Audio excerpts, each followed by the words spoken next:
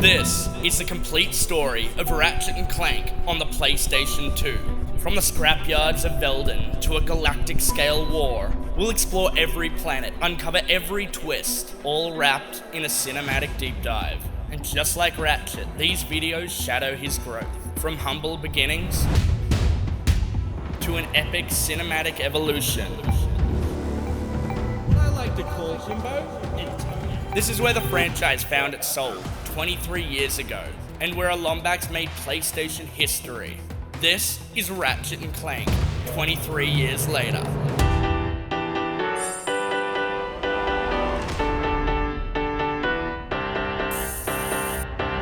It was mating season. How could I have known she was your sister? Yeah. How long have you two been standing there? Too long. Ratchet & Clank, what can I say about him? Ratchet, an irate gun-wielding Lombax from the planet Veldin, who in this game has little to no origin, which is fine because we know this about him. He likes fixing ships, he has no bed, therefore he must sleep on the floor, and he has a hard-on for Captain Quark. And I mean, who doesn't? And then Clank, our sexy little robot man who was born as a defect with a damn good origin story as is, that's perfect and should never be touched. Ratchet & Clank follows our two heroes around the galaxy, meeting some interesting characters like Skid, a sexy twig man with the personality of a man 3 bowls deep, or even the fan favourite seductive sensual plumber himself. Dad, blast it! I'm gonna tell you that I love you 100 times a day. You'll get tired of my voice, that's how much I'm gonna tell you that I miss you. All whilst trying to thwart the evil plans of our main man Drek. Whilst Drek's first introduction is a little stiff, Flaming ball of gas, but of course, sacrifices must be made. Thank you for your cooperation. by the end of the game his character is nicely fleshed out with some good exposition. But we also find out there's a shadowy figure on Drek's side. Who is it? Who could it be? Is it me? No. It can't be me. When it comes to combat, Ratchet & Clank has it on point. Even with the tweaks and additions that come in the later games, it honestly still stands on its own. The gameplay is pretty simple in an addicting sort of way. Throughout each planet you unlock new weapons from the vendor, each with their own perks and abilities. You've got the flamethrower that burns the enemies alive. The Visibomb, a remote control rocket that allows for some awesome exploration. And then there's a Rhino, which stands for Rip You a New One. This is the ultimate weapon that to this day is the most enjoyable, insane, explosive fun that can be found in the Ratchet & Clank series. But these are just a few examples of the many fun and insane things you can get up to. In Ratchet & Clank, the gameplay is laid out like this. You planet hop, making your way down one of a few paths whilst attacking enemies, hoarding bolts, and looking for collectibles. In Ratchet & Clank, the main collectible is the Golden Bolt, which has the magical ability to become one with you. It's sorta romantic, in a creepy sort of way. On top of all of this, they also have skill points, which are a sort of trophy system before trophies were around. Like, fly down to Al's Robo Shack, wait till the dead of night, and sneak around with a really long knife, and he's just sleeping there, and you're just watching. Yeah, just watching him sleep, just watching. All this put together makes for a really fun and jam-packed gameplay experience, even 20 years later. Now, a huge part of Ratchet & Clank 1 is the story, and trust me when I say this, it's definitely not lacking. It's got ass, it's got grass, and it's got... It's got... ass? Deep in space, on a planet somewhere within the Solana galaxy, a defect is born. And somewhere within that same galaxy, a Lombax named Ratchet is working on his ship. Really, it's a nice humble beginning. Whilst Ratchet is working on his ship, Clank is in deep space combat, avoiding Drek's fleet, trying to escape with his life. When he crash lands on a planet known as Veldin. This leads Ratchet in traversing the surrounding areas looking for the crashed ship, honing his skills with the bomb glove, all whilst finding this small robot man baby and kidnapping him to what I suspect use him for parts. But I mean, I could be wrong. I'm normally wrong. Clank tells Ratchet about Drek's plan to create his own planet using pieces from other planets. And so Ratchet agrees to help Clank find Quark, the hero of the Solana galaxy, which means we need to head out to our first planet, Planet Novalis. Planet Novalis is probably the second most iconic planet in the Ratchet & Clank series, with beautiful lush green grass to the views of the mountain ranges. It makes sense that this is the first planet the duo visit. After crashing on Novalis, the duo go exploring. They take out hordes of wildlife and take out Drek's henchmen, all whilst mugging this old guy. Don't hurt me. Don't hurt me. Oh, what are you? Mercenaries? Torturers? Assassins? I'll tell you anything. Here, take my infobot. It's all I've got left. Sir, we're not assassins. Hold on. Let's see what he's got. And then, after all that, they meet a sexy man. A man who sells us an infobot. And who is this sexy man, you ask? Well, he's the plumber. A man with more ass than a gym girl on speed. After exploring the planet and gaining a new weapon, the duo fly off to their next location, planet Iridia. Iridia is a dump of a planet filled with lakes of ooze, a rundown building, fields of sand sharks. Exploring this planet gains us the Trespasser, a device that can unlock doors after solving a somewhat simple puzzle. We also meet Skid McMarks, a hoverboard superstar, and a clear fan of sweet huff and puff, if you catch what I mean. The duo are instructed by Skid to clear out the fields of sand sharks. Then it's off to the most iconic Ratchet Clank planet, Planet Karwan, aka Metropolis. Metropolis is by far the most stunning planet in the Ratchet & Clank series. Here you have Quark's obstacle course, Al's Robo Shack, and a train. That's pretty cool, right? Nice train. I like trains. Pretty cool. On this planet, we meet Al, a huge Catman thing who offers to upgrade Clank for a fee. Now, I had the same thought running through my head. And no, it's not some weird, dingy, back alley. You know, he's genuinely offering to upgrade Clank for a fee. Okay, this won't hurt a bit. Hey, wait. Ratchet, am I cool now? You see, the helipack allows for you to jump high, jump further, and glide across large areas, allowing for us to find hidden areas and explore more of the map. If I'm honest, the game wouldn't feel anywhere near as fun as it does without it. It's just that iconic. Moving on to my personal favourite, and a planet I'm still super disappointed never returned in the remakes, Planet Eudora. Landing at the logging site, the duo go exploring on their ever-hungry quark hunting quest, all whilst taking out more of Drek's goons. Exploring this planet nets us the Sucker. And yes, it's exactly what you think. It sucks up enemies to shoot them out again! We also come across one of Drek's goons, who Clank uses his manliness to make him shit himself.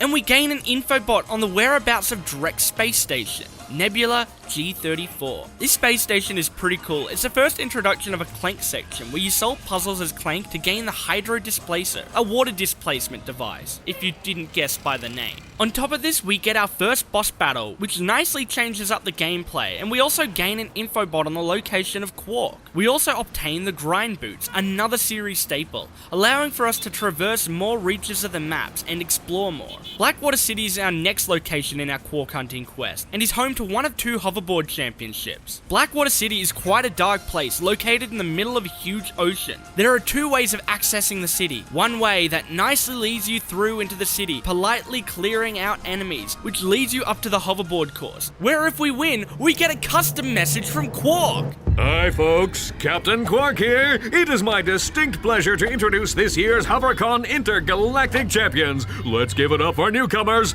Ratchet and Clank. Hey, look, that's us. What a nice guy. Said our name and everything. Oh, you gotta love Quark.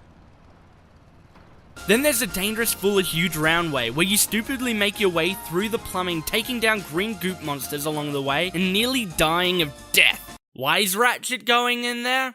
I don't know, just classic Ratchet and his wacky antics, I guess. This way leads up to the saucy security guard, who's asking for bribes. Hey, press conference is over. Captain Quark don't want no more reporters bugging him in his trailer. Oh, you see... You paparazzi make me sick, now beat it. But sir... Then after we grease his hinges, we walk into the trailer where we meet Quark! We found him! Our quest is over! We can go home and the game is done! Captain Quark? what's that? It's Ratchet and Clank, Captain. You know, from the... Oh, yes, I know who you are. You do? Yes, and thank the galaxy you found me. Huh? There's an awful plot being hatched to destroy our planets. Ratchet, he knows. Great. Does that mean we can go hoverboarding now? My friends, we're all in grave danger, and I believe that together we can put a stop to this madness. Together? Ah, shit, I take that back. Guess not. Umbris is the next stop along the way, and it's home to Quark's HQ. Meeting up with Quark at the end is quite the ordeal. The sly dog tricks us. Well, You two continue to surprise me. Step into the ring of heroes, and I will finally give you what you deserve. Ratchet, this is no time for you to become cautious. We have reached our goal. I don't know. There's something fishy going on here. Listen to your little metal friend, Ratchet. Your destiny is mere steps away. It's just something doesn't seem right. This is it. Quark is going to help us stop Chairman Drek. Why, thank you, Clank. You've been most helpful. And you know what? I still can't help but like him. He knows what he wants and he's willing to get it. I respect that. This leads into a boss fight for the ages, where we need to take down this mega beast. Once again, a great way of breaking up the gameplay. This also reveals the mysterious villain on Drek's side. It was Quark this whole time. Well, that at least clears that up. I don't need to be stressing too much anymore. I really thought it was me. At this point in the story, it's starting to really shine through, and this is something that holds up so much 20 years later. And it baffles me why the movie and remake tried to move away from this brilliant story, because it just works. The heroes are down on their luck, Ratchet angry with Clank because of his foolish mistake of trusting Quark, and now there's tension between them. This is genuinely a little sad and quite upsetting, but also some really good character development and storytelling that holds up super well all these years later. The duo head to Battaglia, where they save a sergeant in distress. We find out that Drek's plan is near completion, and Ratchet's still angry with Clank. Due to the lack of required items, the duo gets stopped in their tracks because they don't have the means of traversing this magnet wall, magnet path, I have no idea what this is called. So because of this, the next level takes us to Planet Gaspar, a planet covered in rocks and lava. To traverse Gaspar, we need to use our swing shot as our main way of transport. Gaspar is also the location where we gain the pilot's helmet. We also visit planet Auxon, the old home of Drek's species, the Blarg. This planet is the exact reason why they are making a new planet. You see, Auxon was polluted so much that it was unlivable for the Blarg. And we see this when we visit because due to the atmosphere, Ratchet can't breathe. Which in my opinion, he's just not trying hard enough. And using the fact that there is no air as a lame excuse not to do his work. Lazy little bitch. So, it's up to Clank to explore and find the magnet boots and gain an info bot for Pokitaru. Cities are full of smog, swamps are full of muck, and tar pits are full of tar. But here at Joe I Resort, the sun shines 24 hours a day. Visitors get a free O2 mask to explore our warm waters. The benign marine life will welcome you to the big blue world under the sea.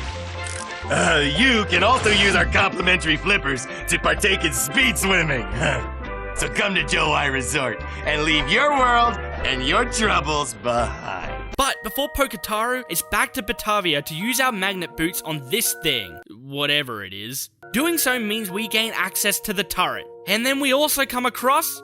Hey, I know you two. Look, the plumber's back. Very funny. What are you doing here, sir? Maintenance. What else? I helped fix this planet's useless air defenses. Well, I think you'd better hurry up. The turret works fine, you little yahoo. It's the locals. They haven't got the skilled manpower to use it. I'm a pretty good shot. You? No, I could lose my job. Oh, come on. What's the sense of keeping up a turret if nobody's gonna use it? Besides, the Blarg chased you off the last planet. Why don't we pay him back? Well, all right, go on if you want. Just don't break anything. Hey, it's the plumber. Ha! What? Well, I missed him. I like the plumber. Using the turrets, we shoot the ships out of the sky to then save the day. And what do we get? A bolt finder. I am never going to use this. It's off to Pokitaru and on to bigger and better things. Pokitaru is great for relaxing. You have beautiful islands, the fresh air, giant man-eating fish, and huge-ass battles in the sky. You know, I might need to rethink my definition of relaxing, because that doesn't sound relaxing at all. Pokitaru is a little more open than the rest of the map. You can swim across it, run across it, and even fly across it. Pokitaru is another one of my all-time favorites, a fan favorite, and also the location of the thruster pack, an upgrade to our heli pack. We also gain the O2 mask, a device that lets us breathe underwater. On top of allowing us to breathe underwater, it also allows us to finally explore Auxon. Ha! Now you have no choice, Ratchet, you lazy fuck. Ratchet, now able to explore Oxon, is able to gain an infobot with a nice message from Drek. Hello again, everyone. Supreme Executive Chairman Drek here to fill you in on our progress. We have now found the perfect orbit for our planet, one which will allow for the optimum temperature all year round. However, there is a planet now occupying that orbit, and sadly, for its few insignificant inhabitants, it must be destroyed. That's why we've created this! The Planet Buster Maximus, a device capable of blowing an entire planet into subatomic particles. We're quite proud of it. Here's how it works. We attach the Planet Buster to this ship, fly it into orbit around the planet, and let it go! Kaboom! Quite ingenious, really. Once our trained professionals put the finishing touches on our new planet, everything will be complete. Thank you! Goodbye. So Drek's made a bootleg Death Star.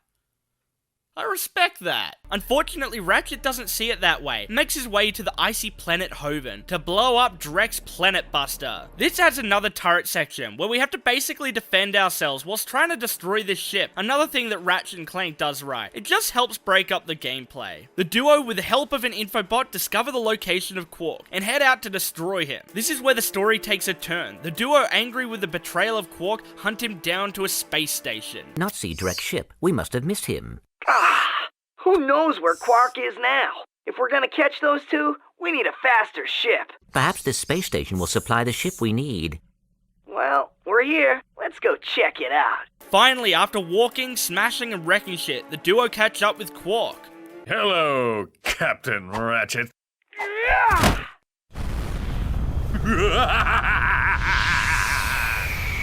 Come and get me, hero. Classic Quark. Man, I love that guy. You are now tasked with another boss battle, where we have to destroy Quark's ship. And then once the ship is destroyed, Quark is dead and never to be seen again. The duo move on to Planet Altanus. Planet Altanus is great. It's got storms, Clank gets zapped, Ratchet kicks ass, and we make a new friend named Steve. Captain Quark! Where? Come on, Quark. I know it's you. The name's Steve. Pleased to meet you. Look, Steve, I need to know where Drek is before it's too late. Did you say too late? Sir, it is never too late to acquire the latest in the long line of quality products from Gadgetron. I have for you, today only, the Gadgetron PDA. Public display of affection? No, personal delivery assistant. This device allows you to purchase ammunition wherever and whenever you want it. Yeah? How do I know it works? You can always trust Gadgetron quality, or my name's not Steve. Aw, man, I love Steve. What a nice guy. The next few planets are simple. We head to planet Quatu to get Clank all roided up for a bit, and then we leave. Fort Kalibo 3 to grind rails and wreck shit in the hoverboard course. Then it's back to Quatu to meet Clank's mum. That should do it. Mom? Oh, brother. I tried, Mom. I know. Hey, look! A sister! It's emotional moments like this, with all this great character development, that makes this game incredibly well thought out. But we also find out that Drek has targeted Ratchet's planet. My fellow Blarg, our synthetic world is now fully functional and ready for habitation. However, there is one small obstacle in our way. This pathetic lump of a planet. Due to some blunder of fate, it happens to occupy the galaxy's most perfect orbit. But no more. Behold, the Deplanetizer, the most powerful laser ever created. Soon, we'll move the Deplanetizer into place just above the planet's surface. I will, of course, be on hand to press the button that will blow this mudball to smithereens. No one will even miss it. See you then. Ratchet, are you all right? He is going to pay! Excuse me? It shouldn't have taken me this long to see it! Drek is going to find out what happens when you mess with my home. What are you smiling at? This is the Ratchet I always knew was there. Ratchet, now with personal stakes on the table, is not happy. They head back to Ratchet's home planet, Velden, to stop Drek. The sky is darker, and there's now more of an aura of impending doom. Clank all roided up, Ratchet fighting harder than ever, the end is near. After trekking through Velden and fighting enemies, they finally make it to Drek. Hey! What the? Imbeciles! After all the trouble you've gone through, you're about to die right where you started. It's so poetic. This is it, Clank. Let's get him. This boss fight is hard. It starts off where we pummel Drek as a roided out Clank, but Drek puts a stop to that in a heartbeat. The next part has us following Drek through an arena as he destroys the ground around us. And finally, at the main arena, we need to avoid Drek's attacks, using the grind rails at the side of the arena to slowly and painstakingly whittle down his health to 0.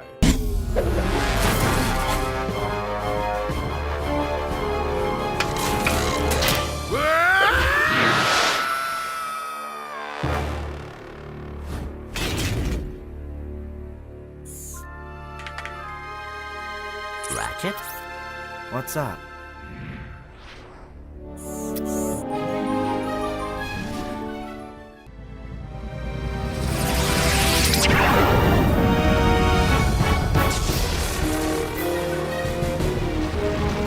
This can't be good.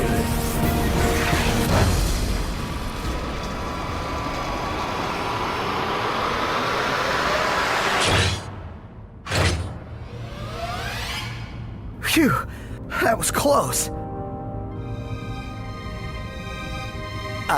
Clank, you can pull us up now. The servos in my arm appear to be broken. Broken? As in, fall to our deaths broken? Yes.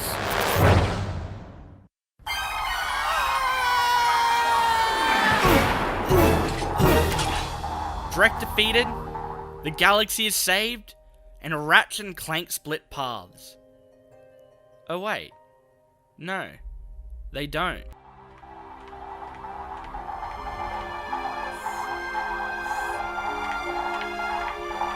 Hey, Tin Can!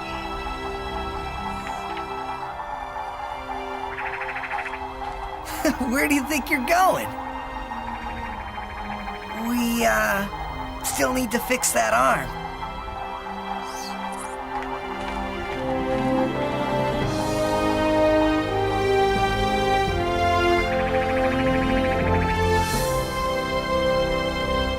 And this right here, ladies and gentlemen, is another reason why this game is brilliant. It starts off with Ratchet and Clank getting to know each other, then them having a falling out, and then over time they put aside their differences, save the day, and become an iconic duo. This right here is Ratchet and Clank, and it doesn't feel like it's aged a day over one. Ratchet and Clank may have the look of a PS2 game, but its story, gameplay, and mechanics is far ahead of its time. Ratchet and Clank is a fantastic game, full of rich storytelling and character development. And yeah, whilst they make improvements to the series in the later games, this on its own still holds up extremely well. There have only been improvements from here on out, and with how good the gameplay and storytelling is, it's no surprise 20 years later it's still going strong. I hope the trilogy gets a release on the PS5, and in my opinion, I don't think it's a matter of if, it's a matter of when.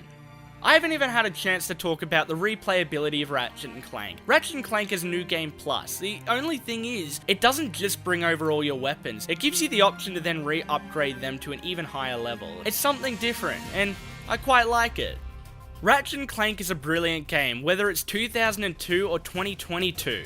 What's the next step after you release a 2000s hit game? You need to improve it. You need to hone in on what works. You need to mold it like a delicate clay pot that needs loving and nurturing.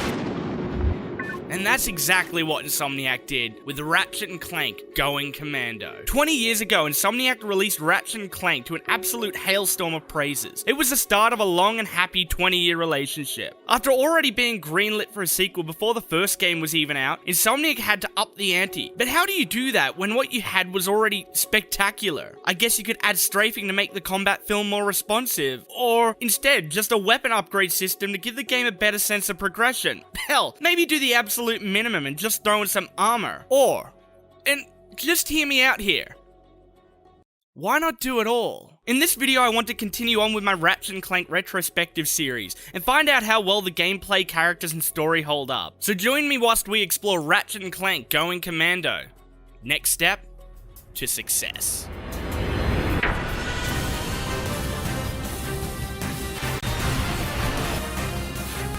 Do you have a problem with unwanted hair? Is painful itching in your nether regions causing you undue embarrassment? Do you just plain stink? Like the game before it, you travel the galaxy on a bloodthirsty rampage, buying weapons and ammo on your tyrannical, insane planet-hopping adventure, all whilst collecting bolts, the currency of the universe. As they jump planet to planet, they need to keep an eye out for the elusive collectible of the game, the Silver Bolt. One of the biggest differences in Going Commando compared to the original is the way they treat weapons. You see, in the original game, you'd buy weapons and generally stick with the one weapon you like the most. For example, I stuck with the flamethrower as my main weapon. It was able to take down enemies and keep up good crowd control for the better half of the game. In Going Commando, however, they added a new upgrade system. Your weapons over time will gain XP the more you use it, eventually automatically upgrading into an even better, more powerful variant of that weapon. Unless you're the lava gun, where Insomniac said, screw it, and made it worse. Gotta respect them. They knew what they wanted, and they went right for it. Yeah. Gotta love them. For starters, the upgrade system was a genius idea. Not only does it incentivize us to use other weapons, but it also gives us a good sense of bloodlust.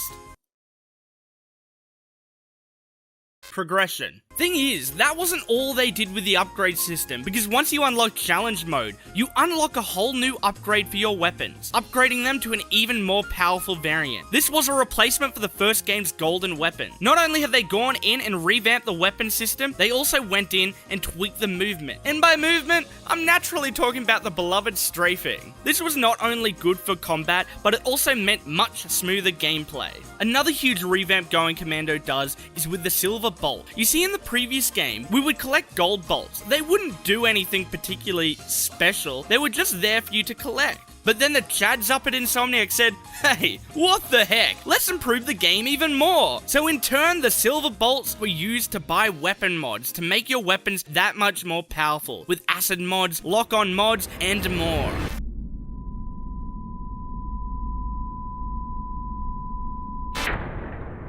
Going Commando includes amazing characters from familiar faces to, some unique characters. Hey, that's my ship! Possession is an illusion. Do not all things belong to the cosmos? Another standout character is a Lombax named Angela Cross, who is a Lombax just like Ratchet. But Angela, unlike Ratchet, is not the last Lombax alive, because that title is taken by Ratchet, who is in fact the last Lombax alive.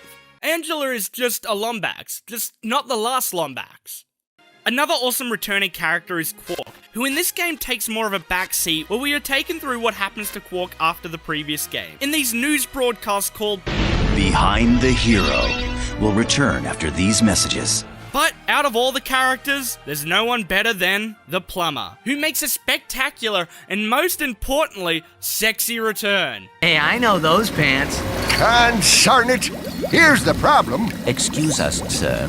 What are you doing here, in this galaxy? I can't control wind.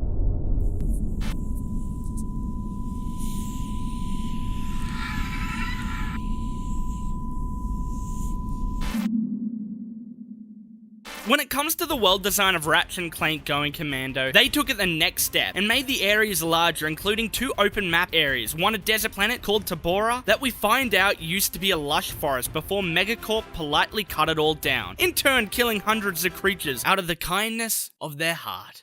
And then the icy planet Grelbin, covered in snow, death, polar bears, and death. These 2 planets are used as a way to make money. You can travel these planets gathering stones to sell to this hippie guy for cold hard bolts. Huh? Oh. Some other areas include sprawling cityscapes, mucky swamps, all the way to space battles, this time with the ability to use raritanium to upgrade your ship with new weapons and tech.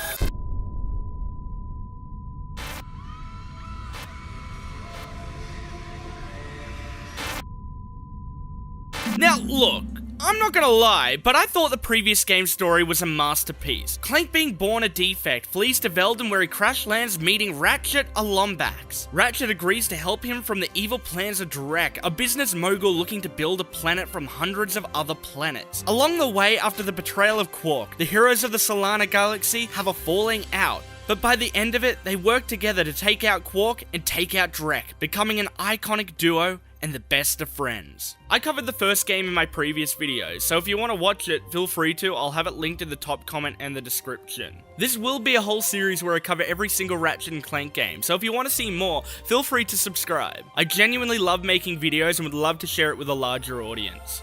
But now, let's move on to the story of Going Commando. The story of Going Commando picks up roughly a year after the first game, on a planet called Veldin, somewhere in the Solana Galaxy. Ratchet and Clank are now famous, but haven't been doing any hero business since the defeat of Drek, as they explain in this interview.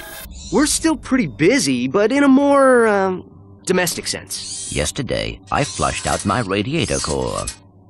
I guess no one needs a hero right now. But about 1 million light years away, in the next galaxy over, a man named Abercrombie Fizzwidget is watching this very interview, when he decides that he needs their help, and just like that, Ratchet and Clank are gone, teleported millions of light years away, and hired by Mr. Fizzwidget to save the Bogon Galaxy. This is the story of Ratchet and Clank Going Commando, and trust me when I say this, we are in for a ride full of twists and turns. Abercrombie Fizzwidget, the CEO of Megacorp, is working on a top-secret biological experiment that was stolen by a mysterious man. And there's only 2 rambunctious young studs that can save the day. And who are they, you ask? Ratchet and Clank. Come on, title of the game. Shouldn't need to explain that. God. After training Ratchet up, he is sent off on his way to infiltrate an airbase on planet Uranus, using his blaster gun to make his way to receive the experiment, when the mysterious man catches him, takes the experiment, and escapes. The beginning of the story is great. It throws you right into the adventure and catches you up enough that it still makes perfect sense, though doesn't explain where Clank is or why he's not helping. Ratchet informs Mr. Fizzwidget of the thief's getaway and is shown a holotape and then sent off on a wild and wacky adventure, the first stop being Planet Uzla to explore the Megacorp outlet. Planet Uzla is covered in muddy swamps and just like the previous game features multiple paths. Path 1 leads through the abandoned Megacorp building where we get the Dynamo, an item that allows us to activate holographic platforms to continue through the worlds we visit. Path 2 leads to the Tractor Beam, an item that allows us to move certain objects in the world to complete puzzles. On top of this, we also get mini-bosses throughout the worlds. Whilst easy to defeat, it's another great example of what you should be doing to improve a game. Adding these random boss fights to the game adds another layer to the Going Commando experience. And another layer to my heart. Ratchet is now sent off to the Mactar Nebula to visit the Mactar Resort. You see, the mysterious man has set up a bunch of jamming arrays around one of the moons, stopping Mr. Fizzwidget from broadcasting. Watch 6 tons of Carbonox alloy hunt for its prey. There's no consolation prize, cause this bad boy's programmed to show no mercy. So, what are you waiting for? Call now to bring Chainblade and the B2 Brawler into your living room. But put away the fine china.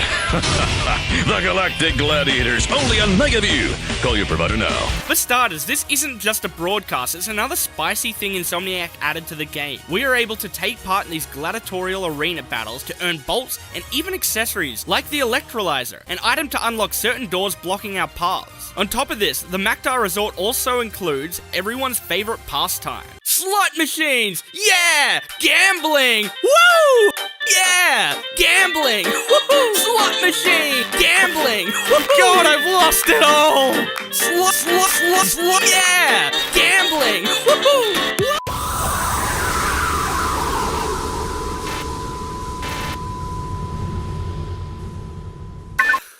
I lost it all. All of it.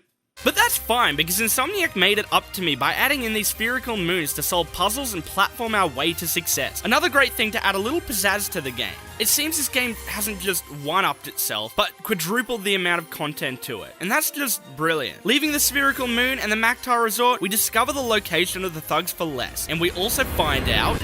Return to your old galaxy immediately, or this will happen to you! Or this will happen to you. He got zapped. So Clank's in trouble, Ratchet's angry with the mysterious man, and I've got a hankering for a burrito, which means Ratchet heads out to Planet Endarko to find Clank on the busy streets of Megapolis. Ratchet's search takes him down two paths, one leading to the shady vendor named Slim Cognito, who offers us gun mods for silver bolts, leading on to the boss battle with the Thugs for Less leader, ending in us getting all our old tools and seeing two familiar faces, Squirrel Man and the other one, which I do plan on covering in another video, so keep an eye out for that. The second path leads us through a warehouse-typed building, requiring us to use the electrolyzer to break in and find Clank. Okay, Clank, don't move. I'm coming down. Whoa! Ugh, son of a quark! I love how Quark is being used as a fill-in for the word bitch. After saving Clank, we get our first Clank section of the game, and in my opinion, it's been improved even more. You see, on top of gaining the smaller robots like the previous game, we also get a few larger ones, some that break down walls and others that bridge across gaps. And small tweaks like this that when added up, it becomes a much better gameplay experience compared to the original game. With Clank in hand, the rambunctious duo head off to Planet Barlow to explore Vekova Canyon. Planet Barlow is great. We find out that Gadgetron doesn't run in this galaxy anymore. Hey, I don't know how long you've been frozen, but I don't think Gadgetron's operated in this galaxy for years. Everyone buys Megacorp products these days. And we meet a kindly biker who introduces us to bike races, which I kick ass at. This planet gains us the Therminator, a device that freezes and unfreezes water. But the biggest takeaway from this planet is the fact that we get a bunch of our old weapons from the first game. I'm only a few planets in, and Insomniac is going this hard? Seriously, Insomniac, you guys are brilliant, amazing people, and even today, you're one of the few developers who put the fans first. This is honestly incredible that you'd go to this degree. The man, the myth, the legend, the loser. Captain Quark, once the idol of everyone in the galaxy, has finally hit rock bottom.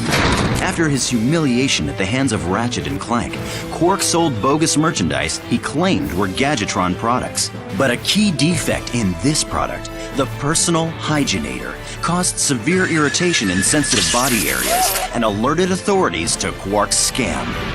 Behind the Hero will return. Planet Notak is our next location. After infiltrating a transmission where the mysterious man fires the Thugs for Less, we get coordinates to Canal City. The city is quite dark due to a mysterious phenomenon simply known as nighttime. Now, no one knows exactly how nighttime began or how it works. It's just one of life's greatest mysteries and something our duo don't investigate because they're too busy being late to catch the villain.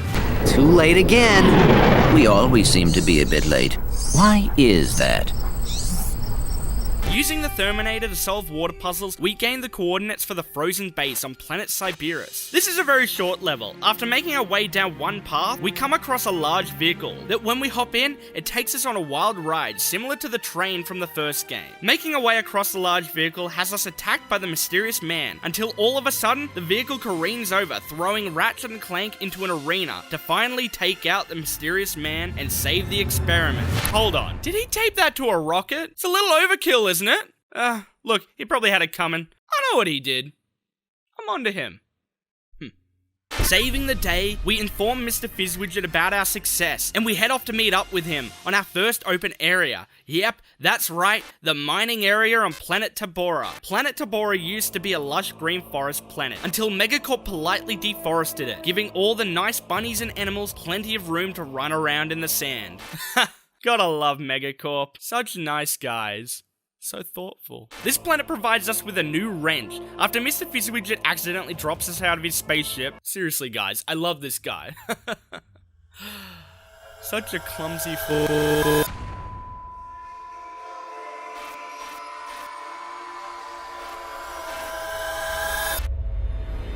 This planet reveals who the mysterious man is. Hand over the experiment now! I can't do that. You have 3 seconds. 1, 2, 3. Whoa! He's she. This changes nothing. Oh my god! It's a Lombax! That's right. A second Lombax. So the mysterious man was a mysterious lady this whole time. Who would have guessed? On this planet, we come across a very odd man who needs us to find these moon rocks to fix our ship from the damages caused by Mr. Fizzwidget. Then it's off to our next location, Planet Dobbo, and its testing facility. Welcome back to Behind the Hero. In yet another setback for the embattled Captain Quark, the Galactic Court ordered him to pay 6 billion volts in damages to citizens suffering from personal hygienator syndrome. Only 2 days later, Quark was arrested trying to flee to Poketaru. The one-time hero, now full-time Zero, was placed in custody awaiting trial. But the next day it was discovered that he had escaped, flushing himself to This area unlocks our first armor piece, another great inclusion to the Ratchet Clank series that adds another great sense of progression. Path 1 leads us to a roided out Clank section where we fight the Thugs for Less leader and gain us information on the Megacorp Games. Welcome to Megacorp Games, sponsored by Megacorp. Okay, Megacorp contestants, get ready to grapple with our Megacorp Gladiator team.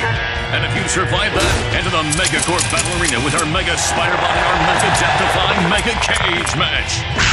Then open the throttle for the all Megacorp Hoverbike race, brought to you by Team Megacorp Racing.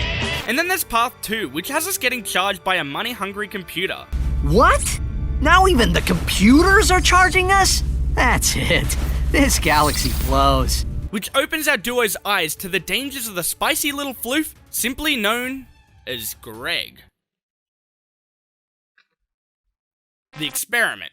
Trying to inform Fizzwidget doesn't go to plan, however, because he gives us a password. Mr. Fizzwidget, do you copy? Anyone handling the experiment must exercise the utmost caution. No, decapitated. What? Oh, yes, exercise my frontmost cushion. Sir, your experts recommend that the experiment be liquidated. We will meet you at your deep space disposal facility. Ah, yes, my cheap date proposal facsimile. It's heavily guarded, so make sure to use the password, which is, Quartastic. Because once we get to the deep space disposal unit, we find out the password was wrong and are immediately attacked by the facility's defenses. And if that's not bad, he didn't even show up because he was too busy filming a commercial. Come in, gentlemen. Can you hear me? Sir, you gave us an erroneous password. Implausible! Unless, is this Tuesday or Wednesday? Anyway, sorry to have missed our meeting, but I was called away to film a commercial for our weapons facilitory. And you know what? I think I respect that. He's really honing in on his business. You gotta put that first, before your family. It's true.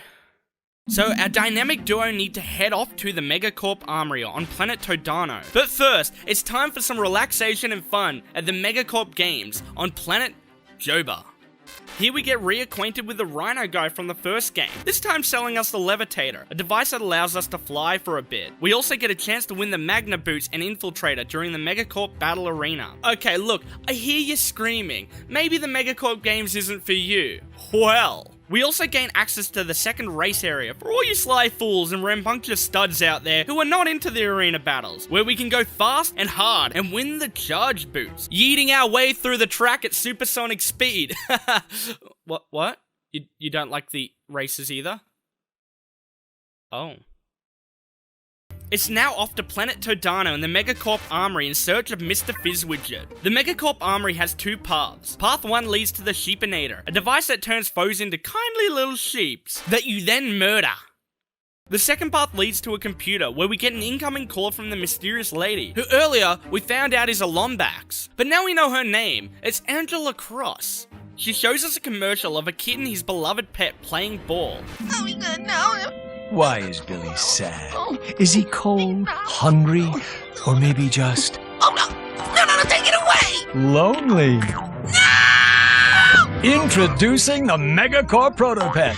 Your child will shriek with joy when he meets our adorable friend.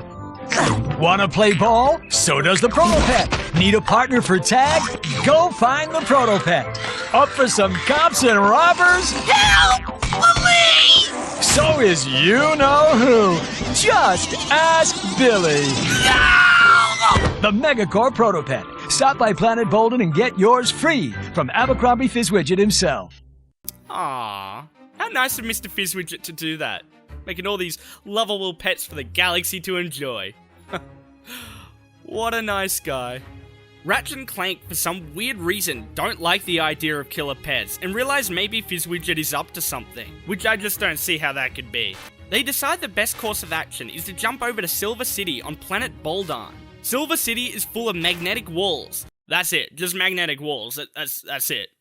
I think all the buildings are just metal. I don't know. We try and jump Fizzwidget when we get arrested. Freeze, knuckleheads! Oh no! The two of yous are under arrest for attempting to bump off Mr. Fizzwidget. But this isn't... Save it, Fuzzy. You're not fooling anyone.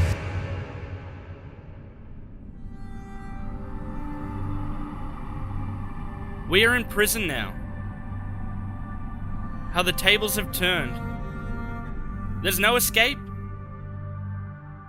And the game's over. At least that's what you'd believe, because Clank's little robot girlfriend, who has been stalking him across the galaxy, comes to the rescue and leads Ratchet and Clank on a wacky escape through the Thugs for Less prison ship. Ratchet on the outside, fighting the enemies, whilst Clank's on the inside of the ship, controlling things like a puppet master with an agenda. And like an army of robots too. Yeah. Now forget every improvement this game has done for a second, because there is one thing that they did more important than that. They did the unthinkable. They did the outstanding, most courageous move. They brought back the sexiest man alive. Hey, I know those pants. That's right, the plumber himself. They brought him back. Best goddamn character. Best. Now, that's all good and everything, but over a call with Angela, she gets captured, which means we have to save her, and I really just don't want to. Nothing against her, I'm just really lazy. Which leads us to the Thugs HQ on planet Shivalak. The Thugs HQ is ominous and dark, with lava lakes surrounding the planet. Here we have to use our swing shot, magna boots, and a good handful of our tools to proceed. This is probably one of my favorite planets in Going Commando. The atmosphere and difficulty spike really resonates with me. The one thing I remember the most was the bridge section. I remember dying here a lot. The Thugs HQ also has a boss fight against the Thugs for Less leader. What's so funny? Nothing, I guess. Prepare to die! This boss fight has you jumping around to different turrets, taking out the Thugs leader. Or you could just use the bouncer and bounce the ever-living shit out of him. Angela now saved, we find out she used to work for Megacorp. Enough time on Fizzwidget already. I swear that crazy old man is not the same person I used to work for. Whoa. You used to work for Megacorp? Yes, in the genetics division. On the Protopet? On fixing the Protopet's flaws. But first we make our way to planet Smol to infiltrate the distribution facility. And now, Behind the Hero brings you the conclusion of our series on Captain Quark. As of this airing, the fugitive superhero has been missing for almost 6 weeks. Did he die heroically? Was he the victim of an overzealous fan? Or is he still out there somewhere? The galaxy may never know, but stay tuned for more basic... The distribution facility is a really stunning location, built in the sky, meaning we have to swing and platform our way through it. This planet has 2 paths, one leading to a message from Angela, telling us that she has the old employee pass, which continues on to the mystical hypnomatic part. Ooh. What? Oh, it's not mystical, but like, could be. Man can dream. Then another path leading us to a monster who eats bolts for no particular reason. Lovely long time since I've eaten. And he shows us a holotape of a city under attack from the Protopets. Grelban is another open area planet, this time a frozen wasteland, and man is it hard. You see, there are these polar bear looking bastards who hit hard, and when I say hard, I mean you need to be on your guard, because our dynamic duo love dying, and that's exactly what they do. Here we meet up with the hippie again, and get ourselves another mystical Fine, just a normal hypnomatic part. This leads our lovable duo to planet Demozel to help deal with the Protopet issue in Algon City. Algon City, in my opinion, is the first planet in the series to truly feel populated. You see, Algon City is full of robot citizens. At least it was, until I unallied them all. Here we gain a new hypnomatic part, and we also meet a man and his crusty sock, who puts the pieces of the hypnomatic part together. At this point, Insomniac has just outdone themselves. The Hypnomatic allows us to control these robots for a few seconds to complete a certain time-based combat section, adding even more to the game. Now with the Hypnomatic in hand, it's back to Planet Grelban to use the Hypnomatic to unlock the path to Angela. Angela, now having found her old ID, shows us the holotape of the Protopet factory, and explains that this is where the first Protopet was created. That's right, Mrs. Robot. All of the Protopets in the galaxy come from right here, in our factory. Your little friend is lovingly extracted from the original Protopet. Each Protopet is given a name and birth certificate that is unique. Our training system helps mold your pet into a wonderful friend that you'll cherish forever. So the next time your child asks, Mommy, where do Protopets come from? You can answer with confidence. They come from Megacore. We inch ever closer to the end. We fly off to our final planet and final location, Planet Yeatle. Planet Yeatle is the location of the Protopet factory. The sky is dark, and there's an aura of evil in the air. I don't know how Insomniac does it, but each and every planet design has its own charm and character to it. From the marshy swamps of Planet Uzla, the arid deserts of Planet Tabora, all the way to the evil, daunting structure of Planet Yeatle and the Protopet factory. The factory has us swinging, puzzle solving, and taking out hordes of enemies the whole way. Eventually we make it through the bombardment of tough enemies and Protopets to be faced with Clank's girlfriend? I should have known. With her popping up around every corner, it only makes sense that it was her. What? Oh, she wants to show us something. Ah, yeah, that makes sense. Okay, continue as we were. Go, it's fine. It's fine. Bye now. Enjoy the Hygienator. Remember, you bought it from Steve. Steve McQuark. Indeed. Now that I've sold my 1 millionth Hygienator, I can finance the comeback of the greatest superhero who ever lived. Captain Quark! All I need now is a new galaxy with a new fan base so I can rescue them from a new disaster!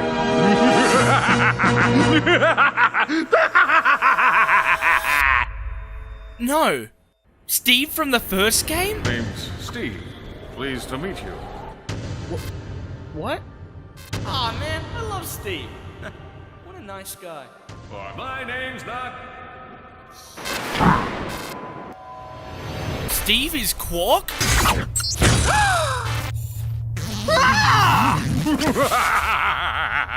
This is bad. And Quark is Fizzwidget? No! Captain Quark had a plan. You see, he took over Megacorp disguised as Mr. Fizzwidget to gain clout as a new hero in a new galaxy, to be seen as a hero once again. So he hatched a plan to put the galaxy in jeopardy and save it himself, but unfortunately, it doesn't go to plan. Stay tuned, dear viewers, as I amplify the signal from this helixo thingy and render every protopet in the galaxy completely harmless. Allow me to demonstrate.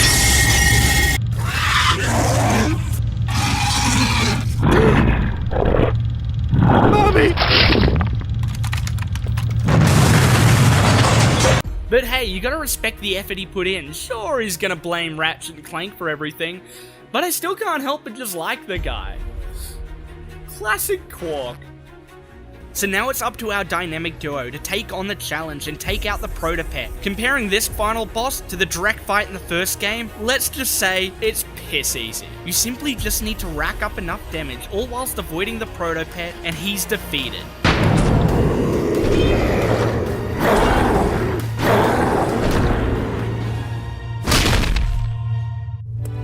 You did it! It's okay. This is the real Mr. Fizzwidget. Quark had him tied up in a supply closet all this time. Gentlemen, you have my most profound gratitude. It was nothing, sir. I'm just sorry we couldn't get the Helixomorph back.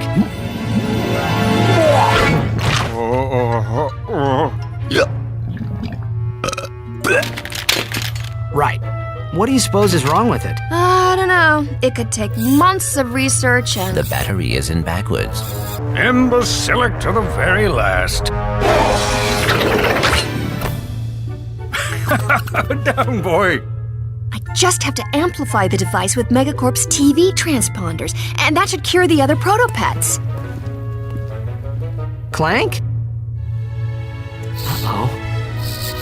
It's okay. I can fix her. I promise.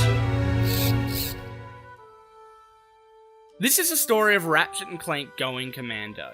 Whilst I would say this game improves the gameplay by 100%, the story feels like it's lacking a little emotion, and that's not to say the story's bad, because it's an absolutely phenomenal story full of twists and turns, but I feel as if it was lacking something.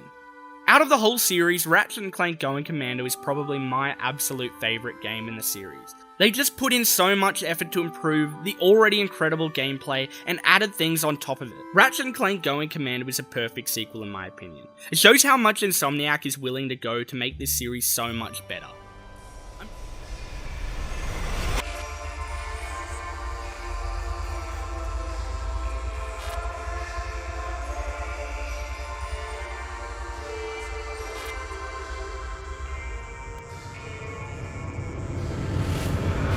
Character development is a driving force of any good story.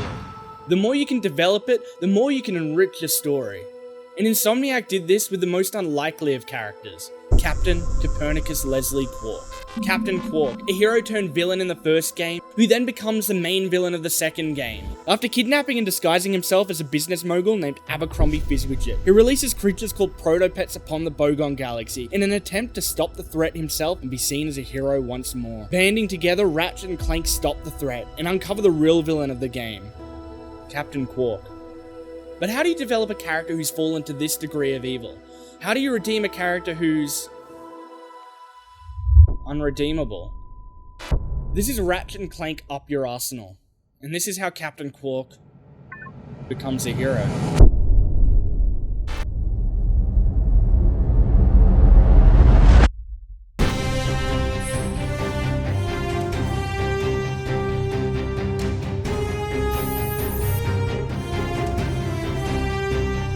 It was mating season. How could I have known she was your sister? Yeah.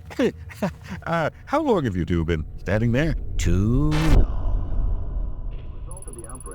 That's why I come to Al's room. Just hours ago, the planet was attacked without warning by a terrifying alien race known as the Tyrannoids. In the far-flung corners of the galaxy, within the obscurities of a backwater planet known as Veldon, an ominous Tyrannoid army emerges, and war is broken loose. Millions of light years away, a Lombax named Ratchet is hanging with his pal, watching their new show, Secret Agent Clank, oblivious to the onslaught breaking out in his home world, when a news broadcast shatters the airwaves. And just like that, Ratchet and Clank are off to save Ratchet's home of Veldon, propelling themselves into a new saga, a quest to safeguard the Solana Galaxy once more. You were saying? I stand corrected.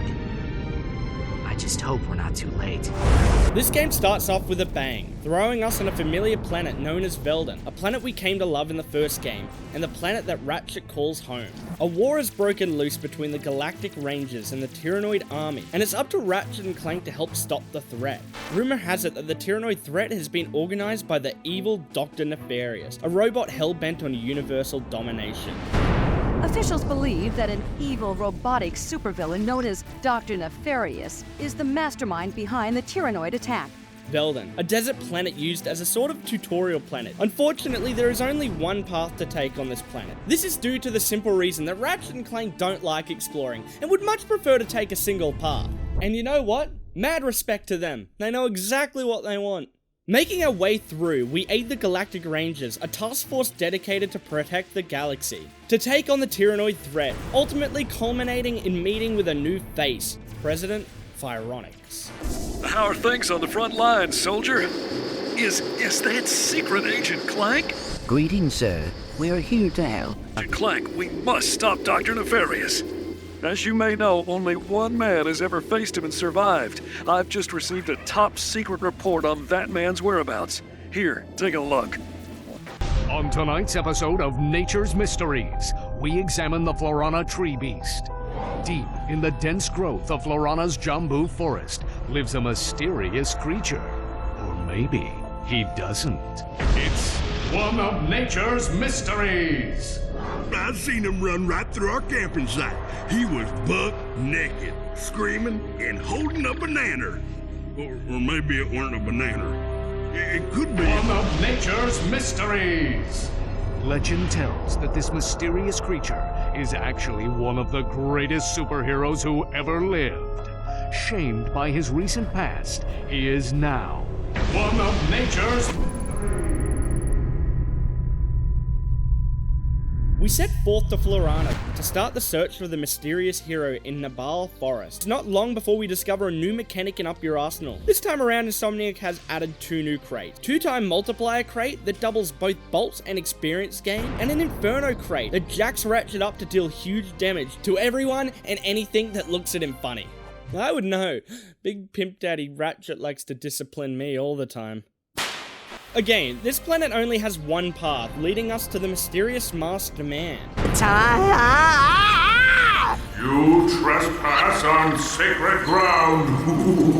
Now you walk path of death. But, sir... Path of death! The Path of Death is the first obstacle of the game. Here we platform, avoid falling rocks, defeat enemies, and stay away from fire traps. So you know, general Path of Death related shenanigans. But then...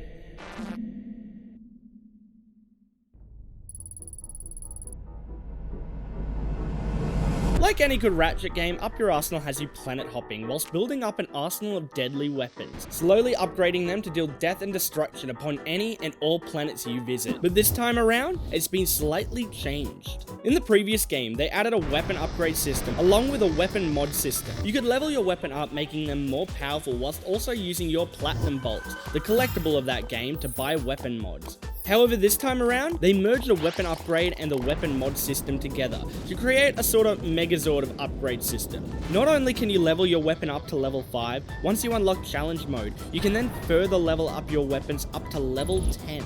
Something really cool Insomniac has added to Up Your Arsenal is a vehicle system. During our Dynamic Duo's adventures, they will visit planets that include both land and air vehicles for both getting around and completing challenges. This adds an extra layer of violence to the game. Not only does it fit well with the overall theme of Ratchet and Clank, it also allows me to run over poor innocent Tyrannoids who probably had it coming. Now, it wouldn't be a Ratchet and Clank game without collectibles, and Up Your Arsenal is definitely not lacking in this department. This time around, the main collectible is the Titanium Bolt.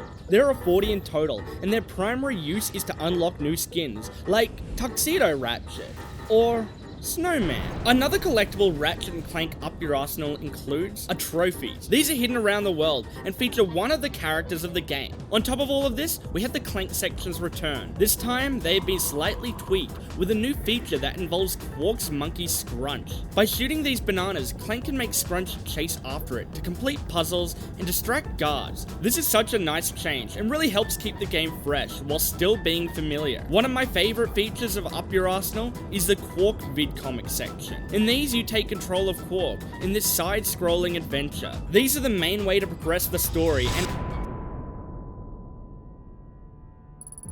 Quark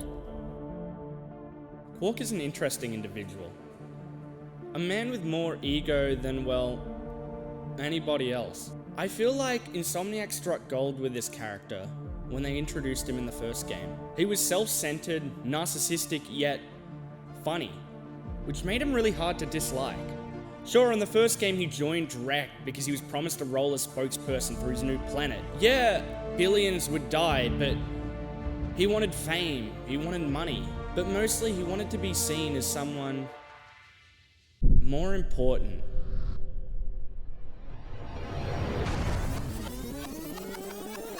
But then, it's revealed that Quark is the masked man. After falling from favor in the first 2 games, he ends up on Florana, leading a tribe of monkeys for the past year. Jeez, this guy's even dumber than... Captain Quark?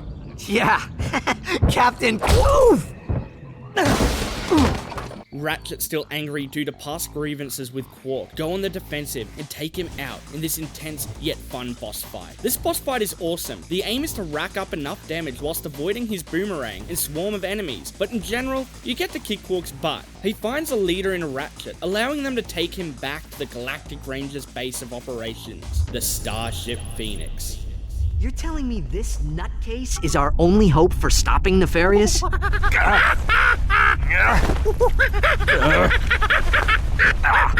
We're hosed.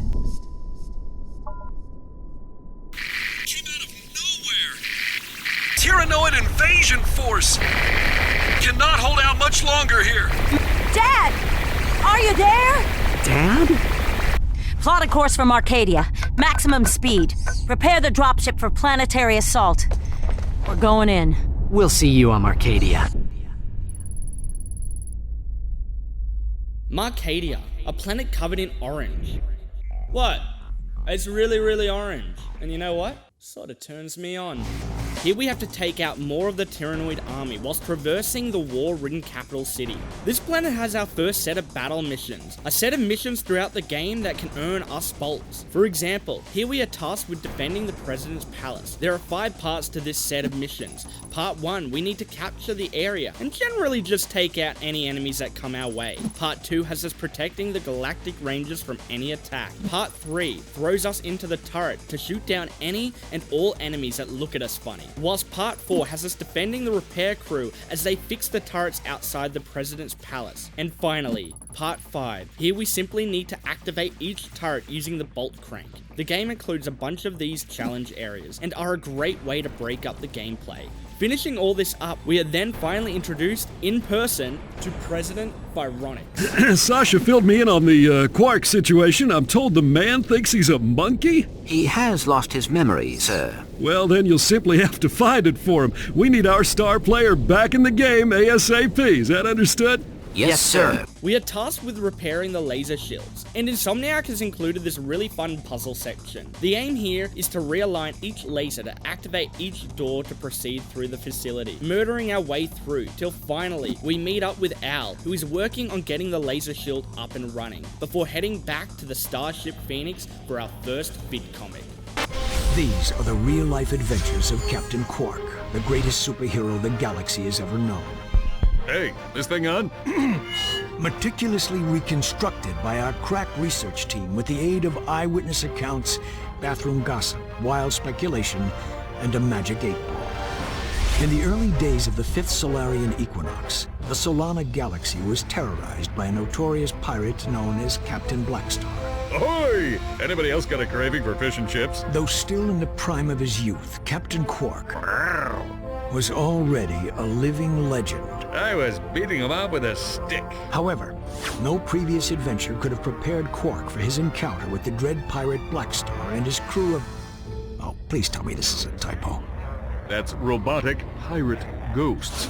Guess reading wasn't your subject, eh, Professor? Right.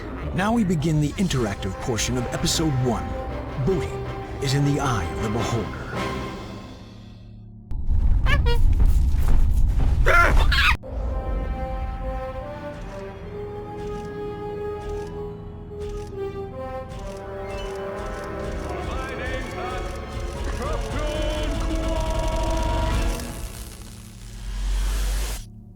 Quark. His memory's unlocked. But what does that mean? He's still the same old Quark we've grown to love. No different than before. Same old evil man. What I love about the Ratchet & Clank series is the diverse character roster, and Up Your Arsenal is no exception. The main plot revolves around a ragtag team of heroes called the Q-Force, led by none other than Captain Quark, a villain of the previous 2 games. The Q-Force consists of a bunch of returning characters from the brains of the group Owl, the hoverboard superstar Skid McMarx, the gym nut named Helga, all the way to a new face, such as Sasha, the daughter of Solana Galactic President Vironix. But of course, we can't forget about the most important character of the Q-Force. A character we have come to love and respect over the years. One of the most important characters of the Ratchet & Clank series. Yep, that's right. Scrunch the monkey. Man, I love that monkey. Of course, you can't have a bunch of rambunctious heroes without a villain to rival their power, and that villain is none other than a fan favorite, Dr. Nefarious. Dr. Nefarious' past is shrouded in mystery, and throughout the game we uncover the mystery surrounding his character. One of the greatest things about Ratchet & Clank, and especially Ratchet & Clank Up Your Arsenal, is its character development. Character development is the most important part of what makes a story progress. It's also a huge part of adding the necessary emotion to the story. The character development in the first game, for example, is phenomenal. Ratchet and Clank join forces and eventually have a falling out before the end of the game, where they work out their differences and become an iconic duo. And Up Your Arsenal is no different. In fact, it has some of the greatest character development out of any Ratchet and Clank game to date. I've talked about the previous games in my last 2 videos, so if you're enjoying this video, please head up to the playlist here and check those ones out. I'll also have it linked in the comments and at the end of this video. These videos do take me quite a bit of time to put together, but that's not going to stop me from trying to give you the best video I can possibly give. So if you are enjoying this video, a like and comment would really help. It helps push this video out into the algorithm so more people can see it.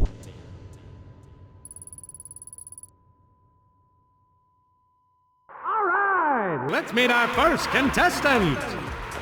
He's an unemployed rocket mechanic who claims to have saved 2 galaxies, but most people know him as Secret Agent Clank's bumbling chauffeur. Our duo heads off to Annihilation Nation after being informed by Sasha that a Tyroguise is up for grabs to whoever can win the death course. The Tyroguise is a device that will disguise Ratchet as a Tyrannoid and will allow him to infiltrate Tyrannoid bases. This time around, Annihilation Nation not only has gladiatorial arena battles, but they also have the obstacle course. This is an awesome change and really mixes up the gameplay, keeping it really interesting, something Insomniac has always been great at doing. Here we win both the Tyroguise and part 2 of Quark's vid comics. Oh, I see you won the Tyroguise. It's very convincing. Anyway, there's something I think the 2 of you need to see. Quark personal log, entry 101301. After I personally vanquished the Protopet menace and revamped the Megacorp testing facility, I decided to focus my efforts on protecting the endangered creatures of the Florana jungle. But when news arrived that Dr. Nefarious had again risen to power, I knew where my true destiny lay. The training necessary to get back into tip-top shape has been exhausting, and my mind overflows with brilliant concepts. So I still yearn for the bittersweet stench of my simian companions. The time has come to resume my duties as the greatest hero the galaxy has ever known, Captain Quark! Unsurprising of Quark, spinning a lie to make himself look like a hero, after causing millions of people pain and suffering, just to make himself look good. Oh yeah, and he's been put in charge.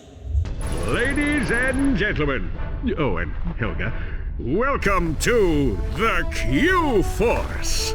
You have been assembled here because each of you is an expert in your particular field. From Al's mastery of electronics to Skid's nerves of steel, to Helga's sensual powers of seduction. Each of you has shown that you are worthy to wear the Q. Years ago, I single-handedly defeated Dr. Nefarious, but like a rash on the galaxy's backside, he has flared up again. Our first mission will be to infiltrate the Doctor's top-secret base on planet Aquatos. Impossible, you say? Perhaps for a lesser strategist? Behold, my brilliant plan! First, Ratchet and Clank will descend to the sea floor and wade through a series of tunnels flooded with waist-high raw sewage. What? Please hold your questions until the end of the presentation. After infiltrating the base, our agents will split up. Clank will enter the base's ventilation system, where he will locate and deploy this banana-guided autonomous monkey device, or the GAMD. Meanwhile, Ratchet will use his extensive knowledge of the Tyrannoid language and customs to win the trust of the bloodthirsty alien guards. Finally, our agents will make their way to Nefarious's personal office, steal everything that isn't nailed down, and exfiltrate the base completely undetected. Before we head out to our next location, we finish off the second Quark vid comic, a tale of how Quark saved Blackwater City from the amoeboid threat. Quark, Comic Episode 2, Ariba Amoeba. A new evil was gathering in the shadowy swamps of Blackwater City. A horrific breed of monsters known as amoeboids, born in the laboratories of a twisted scientist named Dr. Nefarious. To think, they called me insane, Lawrence. We'll see who's insane when my pets have exterminated all life on this miserable planet! Well, that should clear things right up, sir. When Captain Quark encountered the amoeboids for the first time, he immediately executed Emergency Response Plan number 2. Hey, wait just a minute. Quark then proceeded to stall for time while he coordinated the city's defenses from the women's restroom at Galaxy Burger. Give me that thing, you lying no-good... Right. Now where were we? From the moment I touched down, I knew the situation called for a head-on assault. Without hesitation, I rushed to do heroic battle with the monstrous amoeboid horde.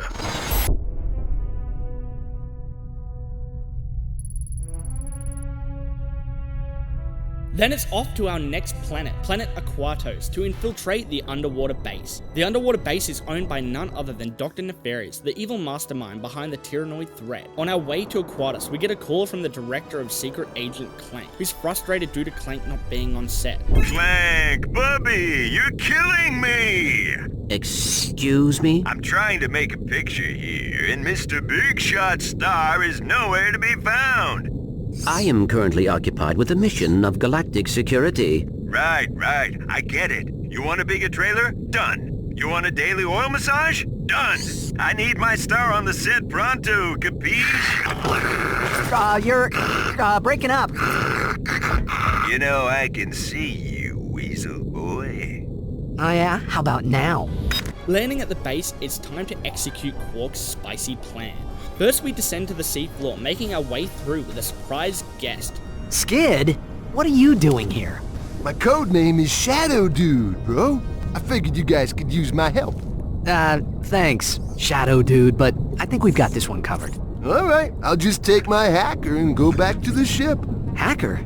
Oh, well, you know, on second thought, I think we'd like you to join the mission, Shadow Dude. Shadow Dude was a welcome surprise, because now we can use him as our little pet who will obey us, or else, to open up each consecutive area. Phase 2 of our plan has Ratchet and Clank splitting up after Shadow Dude runs off scared. After coming across a welcome surprise, Slim Cognito from the second game, who sells us some fan-favorite weapons from Going Commando, the lava gun and the turret glove. Clank's on the inside, with our first Clank section, this time with help from our good pal, the banana gun. To lure Scrunch a monkey into horrible traps, these new styled Clank sections are a welcome surprise, really changing up the gameplay to keep things feeling fresh and satiating my bloodlust. Whilst the whole time, Ratchet is on the outside, working through the base disguised as a Tyrannoid to fool the Tyrannoids. Then finally, Phase 3. We root through Dr. Nefarious's crap till we find something interesting. And then, we yeet. Yep. That's right, we yeet. We yeet our way into the sewer. We yeet our way to somewhere so goddamn dreamy. We yeet our way into the arms of my favorite character. Whoa, deja vu. Ow! Oh, it's you two again. Right on schedule. This here's one of the nastiest, smelliest sewers in the galaxy. Most guys wouldn't set foot in a place like this, but me? I just can't get enough. Who is the plumber, I hear you asking? Well, he's the plumber. I don't know. I don't know the guy personally. I'm just stalking him across the galaxy. Aquatos is home to a large, dank sewer system, which is this game's version of the open area, where we can collect sewer crystals to hand into the plumber for bolts. Ah, fresh from the bowels of a king amoeboid. Sorry to disturb your work, sir, but you may want to know that your impenetrable secret base on Aquatos has been penetrated. Impossible! If you say so, sir. They apparently stole some sort of data disk. Well, I must be off now. Dirty laundry and whatnot. Who is responsible for this outrage? I believe it was a Captain Quark or something. back to the Phoenix, and Quark, the madman, has done it again. He's come up with another empowering, teamwork-inducing plan. Well, team, I believe some congratulations are in order. After all, my plan worked even more perfectly than expected. Well? Way to go, dude? Don't mention it. I'm just doing my job. Now that I know where the Tyrannoids are coming from, I can put a stop to this alien menace once and for all. I've drawn up an ingenious plan for an attack on Tyrannosis. First, I shall humbly step aside, allowing Ratchet to free fall down and take out the mortar launchers at the landing site. Once the mortars have been silenced, the dropship will make its descent. Next, Ratchet will take the assault vehicle from the dropship, make his way to the 4 plasma cannon turrets, and destroy them. Once the turrets have been knocked out, Ratchet will personally lead the assault on the main enemy base. All right, let's get to it! Quark, what's his deal? He clearly wants Ratchet dead. He's holding resentment to them. Is it because they stopped him? Is it because they're seen as heroes whilst he's seen as a nobody?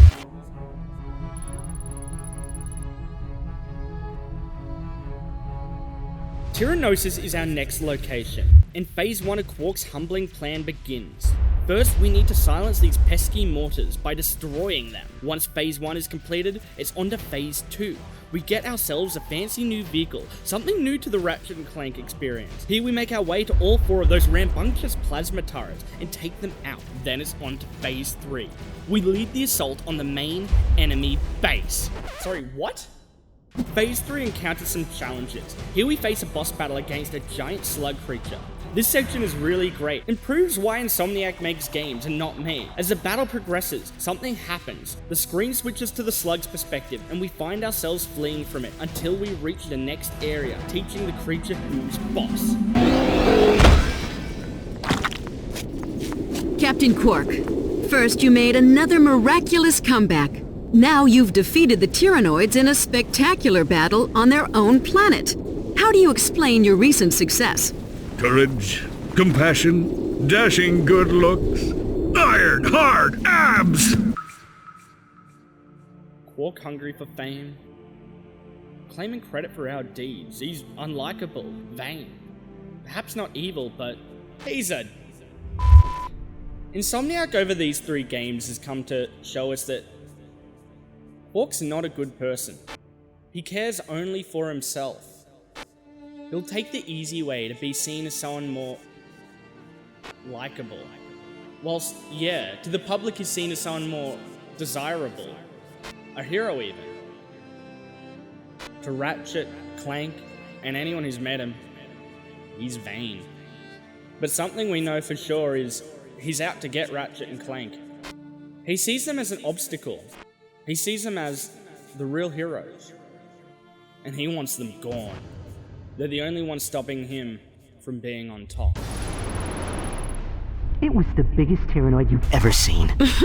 Big as a Star Cruiser and packing twice as much firepower. There was no escape. He was coming right at me. Closer, closer. Oh, what am I gonna do, right? Closer, even closer. Click, click, my blaster jam. No way! What happened next? Yes, go on. We're all riveted. So, this is the mighty Q-Force I've heard so much about. Pathetic! I could obliterate the lot of you, and they wouldn't even mention it in Supervillain Weekly. And as for you, Agent Clank, I have far grander plans for you. All right, Lawrence, you can turn it off now. Al, come in! Yellow. Someone just transmitted a hologram onto the ship. I need to know where the signal came from. It came from a facility on planet Dax. Whatever Nefarious is doing on Dax, it can't be good.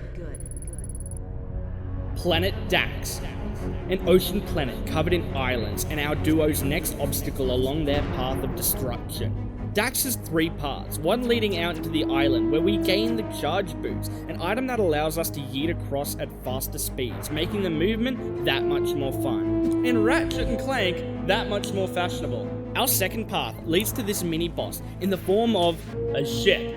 Defeating him has us see what I would argue one of the most iconic cutscenes in the series. Yeah, what's up people, it's Party Gears! Are you feeling me, robots? I'm feeling you. I see the future, and what do I see? Robots going crazy across the galaxy. Can't stand organics, they're soft and squishy. The time is now, we robots must be free. You wanna be free? Then shout with me, yeah! This goes out to all you robots across the galaxy. It's time for you and me to rise up and strike back. Don't stop until we dominate, won't you feel great? When we exterminate all organic life. Miss Gears may be in league with Dr. Nefarious. Yeah, who knew? She always seems so sweet and innocent in her videos. Well, except for that one with the... you know... She might possess information about what Nefarious is planning. Then the third path leads through the facility where Ratchet and Clank come across some plans for an unknown, slightly sexy weapon, the Bio-Obliterator. This terminal should give us high-level access to all of Nefarious's project files. I found something. I am afraid it does not look good. Bio-Obliterator? Huh. I see what you mean. Hey, Ratchet, what's up? Hi, Skid. Can we talk to Sasha? Sasha and Quark are meeting with the president, man. Just tell Sasha that Clank and I are checking out a lead on the Obani Moons. The Obani Moons? Sounds like you guys could use some backup. I'll grab my gear and meet you there. No. Great. The Obani moon system has a simple design. Our first moon in the system has us aligning lasers to consecutive satellites, eventually deactivating a shield, hiding a teleport to the next moon. Our second moon, on the other hand, has us platforming and taking out enemies up until we come across Skid. Shadow Dude. Cover me! Ooh! Man down! It's alright, Skid. The fight's over. Yes! No. That blows, man. Anyway, looks like that last moon is surrounded by an Omega-class disintegration field. Whatever's going on out there, it can't be good. If I had the right tools, I could hack into that generator and shut the field down. Hey, lucky for you dudes, I brought this. Stand back, bro. I'm like a trained professional and stuff. Don't try this at home. Oh, man, it's busted. Oh, wait, never mind. I think this lock is gonna take a while. Okay, give us a call if anything comes up. Before we head off to Annihilation Nation for our second visit, this time our goal is to win the first edition Court comic and win a few challenges to meet the incredible Courtney Gears. Courtney Gears! My, you're even more gorgeous in person than you are on the Holo, Agent Clank. I've got a few secrets of my own that, might need your special investigation. You know, I'd do anything to play a part in one of your Holo films. That could be arranged, Miss Gears, if you are willing to provide information on the whereabouts of Dr. Nefarious. You just get me that part, and I'll tell you anything you want to know. Excellent. Meet me at Hollow Star Studio. Episode 3, Shadow of the Robot. It's over, Nefarious. Never! I am the greatest genius the galaxy has ever known! You're no match for the likes of me!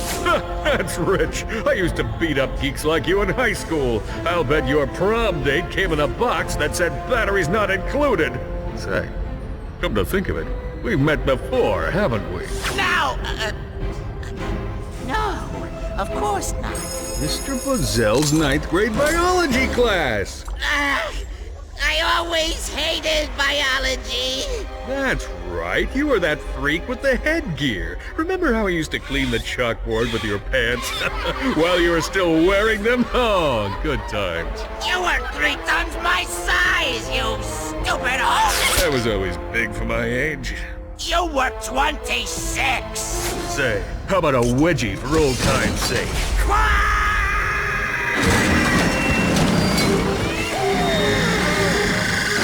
I think it's safe to say we've seen the last of Dr. Nefarious. Time to celebrate another job well done. But the danger was far from over, for in defeating one menace to the galaxy, Quark had created another, even more terrifying evil. You've disgraced my set for the last time, kid. Take up basket weaving. You're fired! Get me the monkey. I'll see you at the trailer, Clank. Having secured Courtney a role in the upcoming season of Secret Agent Clank, our pair head to Holostar Studios to fulfill their word to her, in return for some information on Dr. Nefarious. This section is awesome. We get to play through the level as if it were an episode of Secret Agent Clank, ending in a boss fight against the Terror of Talos. All in a day's work. Cut! Print it! That's a wrap, people! Pure box office raritanium, Clank. Even the critics are gonna love it. You have no idea what a thrill it is to be rescued by a big hunk of titanium alloy like yourself.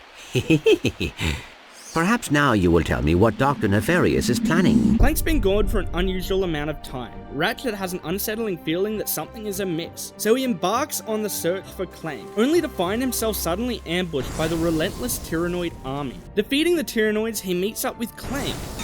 Clank, where have you been? I thought something happened to you. I was having my sprockets lubed. You picked a fine time for a tune-up. Where's Courtney Gears? Miss Gears has left the planet. What? What about Nefarious? Did she tell you where he is? Dr. Nefarious is aboard a star cruiser called the Leviathan. Okay. Nice job, Clank. So, I'll just call Sasha and have her track down that star cruiser. A few minutes ago, this totally tricked out space limo rolls up, and dude, you won't believe who was in it. Courtney Gears! Uh-oh. Skid, get out of there! Whoa, chill out, man. Hey! Making our way through the chamber, we make it to the test room for the Bio-Obliterator, where Ratchet finds a recording of what happened to Shadow Dude. Whoa! Like I never knew you were this kinky, Miss Gears. Don't you ever shut up. Okay, I'll zip it. Man, the guys aren't gonna believe this. Like destroy all squishies. Not Shadow Dude! Aw, I really liked him too. This next segment is one of the most iconic boss fights in Ratchet and Clank history, the boss fight against Courtney Gears. It's a simple premise. After being teleported, you are faced with taking down Courtney. You'll be swarmed by her backup dancers while she shoots energy beams at you from the cages, eventually leaving her dance cage of dance to take out Ratchet herself by sort of just spinning at it. But look on the bright side. She's dead now. One disposable pop star disposed. You okay, Clank? Transmission from the Phoenix. We've located Nefarious' star cruiser. It's refueling at the Zeldrin starport. Quark is already on his way there. It might be a trap. I think Courtney Gears was setting us up. Even so, it could be our only chance to stop Nefarious. Come on, Clank. We'll come back for Skid later. I thought we agreed to put that jungle business behind us. It was mating season. How could I have known she was your sister? How long have you two been standing there? Too long.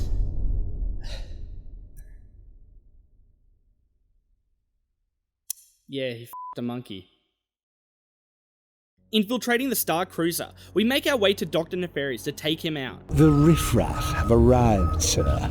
Captain Quark, you've put on a bit of weight since last we met. Yeah? Well, Courtney Gears didn't seem to mind. I'll have the last laugh. I lured you here so I could witness your demise. Auto-destruct sequence initiated. Prepare to die. Lawrence, teleport us out of here. Of course. Lawrence? This isn't funny, Lawrence! What are you waiting for? This ship could explode any second. I think I spotted something important. I can't leave without it. I'll meet you back at the shuttle. Hurry up. We must leave now. Not without Quark. He would have waited for us. I think. Good for him. Wait! In every way, an environment should be treated like a character. A world should tell a story, and Ratchet & Clank has always done this great. From Planet Dax, a tropical planet with a research facility built upon it, that has been the creation of many a superweapon, all the way to the home world of the Tyrannoids, Tyrannosis, a desert planet locked in war against our allied forces, the Galactic Rangers. The game also includes some returning planets from the first game, Ratchet's home world of Veldon, along with Blackwater City, both of which have been overrun by Tyrannoid armies. Comparing these planets to the original, they definitely lack in the exploration. A good handful of the worlds in Up Your Arsenal don't have separate paths to explore. Now that's not to say every planet is like this. Some planets like Planet Aquatos have plenty to explore. Large bodies of water to swim through, enemies to take out, as well as a large sewer system full of amoeboids. Here we collect sewer crystals that can be traded into bolts. All in all, the planets are hugely diverse in the Ratchet & Clank series, and Up Your Arsenal is no different. Not without Quark. He would have waited for us. Wait!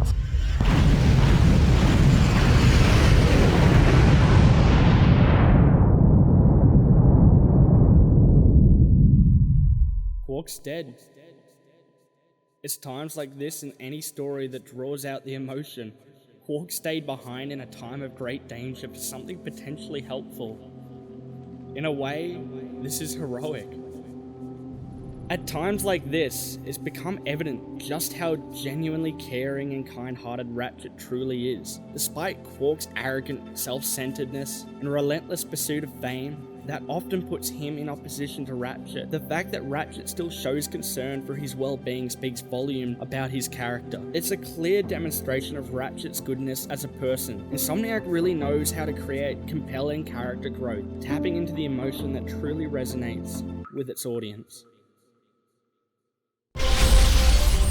Episode 4, Deja Q. Quark! I'll get you for this. Sorry, what's that, Stumpy? This isn't over, Quark. I swear, I will return someday to destroy you and bring Metropolis to its knees! Uh-huh. Just a word of advice, Nefarious. Quit while you're ahead. And so Quark believed that the threat posed to the galaxy had been ended forever. But... seems the script is missing a few pages. Thanks, Professor. I'll take it from here. And so ends the greatest tale of courage and heroism ever told. The true story of Captain Quark's triumph over the nefarious supervillain known as, Dr. Nefarious. Landing on Metropolis, our duo discover that the attack has already begun. It's already started! Dr. Nefarious must be around here somewhere. Navigating Metropolis, our progress against the Tyrannoid onslaught is suddenly disrupted by the Bio-Obliterator, transforming the entire Tyrannoid army into robots. There's like big ones, little ones, made of metal, sort of scamper around. You know the one. Look, Clank, it's Dr. Nefarious, and that butler guy. And they've got Clank. They're holding you prisoner. How about that? I guess I should be feeling pretty stupid right now. I don't suppose there is any chance he's the evil Clank. Yeah, didn't think so. Clank was the imposter this whole time? I thought it was a mild case of robo-rabies. Guess I was wrong. When Clank finished at Hollowstar Studios, he was swapped with an evil twin named Clank. All along, we've been traveling without the real Clank. What I thought was robo-rabies, an honest mistake, was actually a robot named Clank, who has been sabotaging us this whole time. So it's time to take down Clank. This boss fight is awesome, and sort of reminds me of the train section from the first game. I mean, heck, It's the same planet. Here we simply need to avoid his rockets whilst racking up enough damage before he's defeated, and we can save Clank. I am sorry, Ratchet. This is all my fault. Knock it off, Clank. Nefarious did this, and he is gonna pay for it. Just hours ago, bio-obliterators devastated Metropolis. The devices have since disappeared, and their current location is unknown. I don't believe this. Everyone's acting like Nefarious has already won. Maybe he has. If we don't find those bio-obliterators soon, we're all gonna be robots. Wait a second. Before the Star Cruiser blew up, didn't Quark say he was trying to find something? Yeah. It's a long shot, but I guess it's worth a try. The cruiser went down on planet Zeldrin. Our mission is to venture to the ruins of the crashed starship in Captain Quark's final resting place, seeking the item he gave his life for. The planet's skies are overcast, and its terrain inhabited by formidable enemies and wildlife. When we come across a crashed space shuttle. Hey, it's an escape pod. It must have come from the Star Cruiser. And look! Footprints! Someone else made it off that ship alive. A call was recently made using the pod's emergency communicator. There is a recording. Supernova taxi. I need a cab to come get me right away. Whoa, this must be my lucky day. So where can I pick you up, sweet cheeks? I'm on planet Zeldrin. Just look for the gigantic wrecked Star Cruiser. You can't miss it. I should have known. What? That Quark had his sister? Wow, Quark's sister's hot. Huh? No, that he's still alive. That was Quark. Oh. But why did he not report back to the Phoenix? Because he wants us to think he's dead. I don't like it, Clank. Until we know what Quark is up to, we should keep this quiet. If the Q-Force finds out that Quark ran out on us, they might lose hope. When we need someone the most, it hurts so much more when they leave. Quark abandoned his team when things got tough. Quark's the sort of guy who will let people think he's gone forever, when really he's still alive. That's Quark. He runs when things get hard. Even if that entails running away from his friends, family, and comrades. This is the true story that Captain Quark hoped you would never see. The unauthorized, uncensored, and utterly unbelievable missing chapter of the Quark comic series. Pure discretion is advised. Just a word of advice, Nefarious. Quit while you're ahead. And so, Quark believed that the threat posed to the galaxy had been ended forever. But he was dead wrong. Bottoms up. Somebody say something. Where am I? You're in my secret prison, awaiting the most ingenious and depraved punishment I can possibly imagine. Come, Lawrence. It's time for my massage. Oh, goody. Using his antenna as a lockpick, Quark eventually managed to open the door to his cell. Almost got it. After his narrow escape from the clutches of Dr. Nefarious, Quark dropped out of the public eye. Truth is, Quark was holed up in his secret hideout on the Thran asteroid, terrified that Dr. Nefarious would make good on his promise of revenge. When Nefarious didn't resurface, Quark assumed he was gone forever and returned to his career as a high-profile celebrity superhero. But the galaxy had not seen the last of Dr. Nefarious. I should have known Quark was full of it. But why would Quark lie to us? You can ask him yourself when we see him. According to this vid comic, Quark has a secret hideout in the Thran asteroid belt. I've got a hunch he's there right now. Quark seeks solace when life's challenges become overwhelming. I've come to understand that beneath his charismatic exterior lies a man burdened with sorrow, yearning for validation whilst masking his inner struggles. Simply put, Quark is a sad man. This is what leads our duo to Quark's hideout.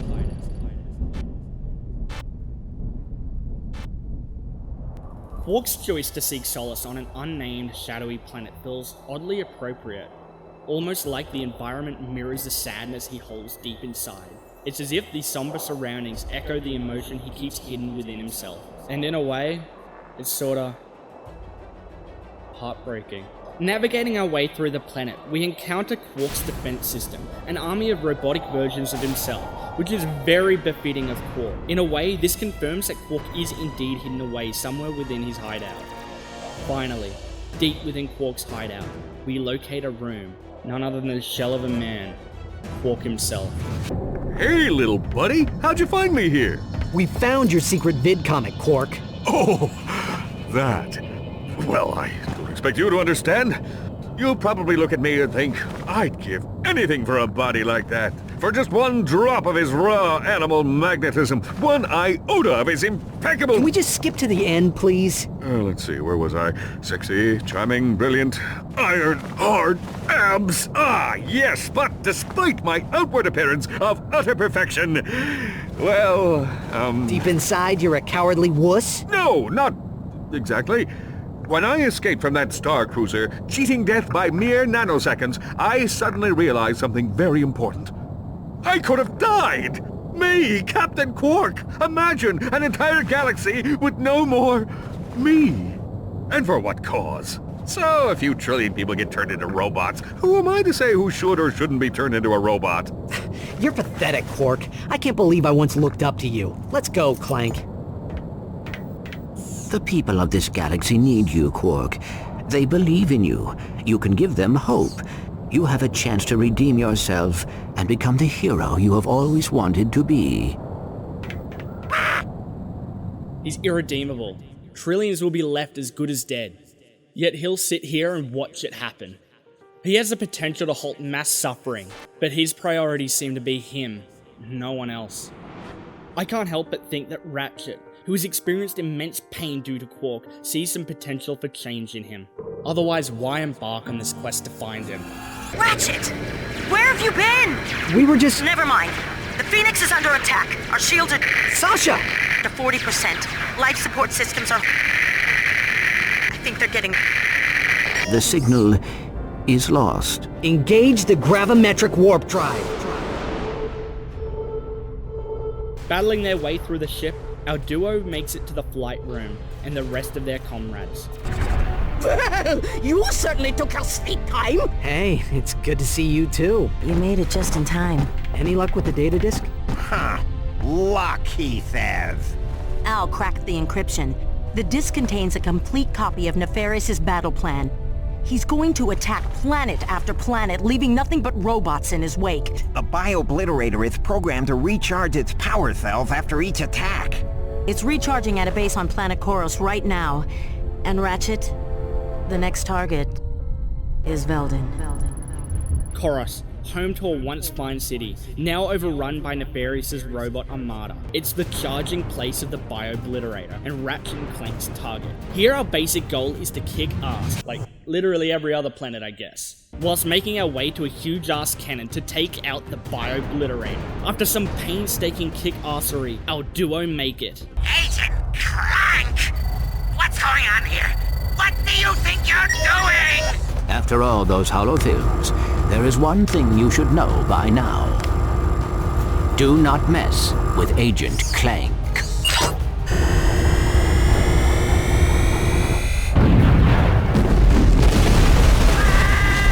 Incoming call from the Phoenix.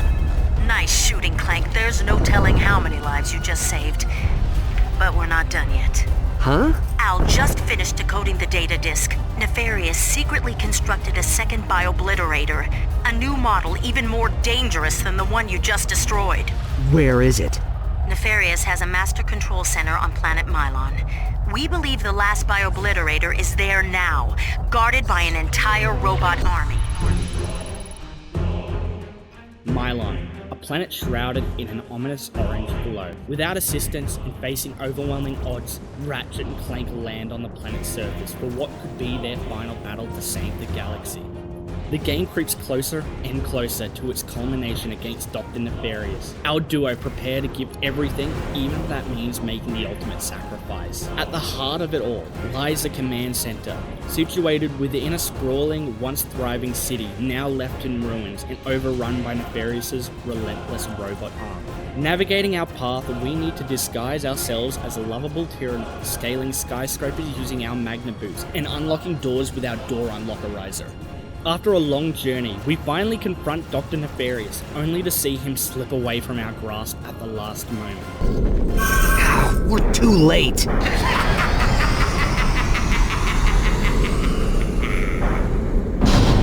Get in! Dropping out of the ship is intense. Faced with a barrage of missiles, Ratchet and Clank fall to the planet below, landing in an area faced by none other than Dr. Nefarious. You again?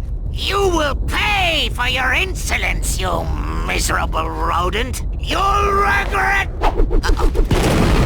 Sorry, Nefarious. Your flight's been cancelled. Lawrence! Lawrence? How can I be of assistance? Annihilate him! Just kidding. You've reached my holographic voicemail. Leave your name and a brief message. Ta-ta! Fine. I'll do it myself. And the battle begins. This fight is relatively simple. Whilst weaving and dodging around his attacks, we must rack up enough damage, ending in his defeat. Ratchet and Clank have done it. After a long and grueling battle, they have defeated Saga!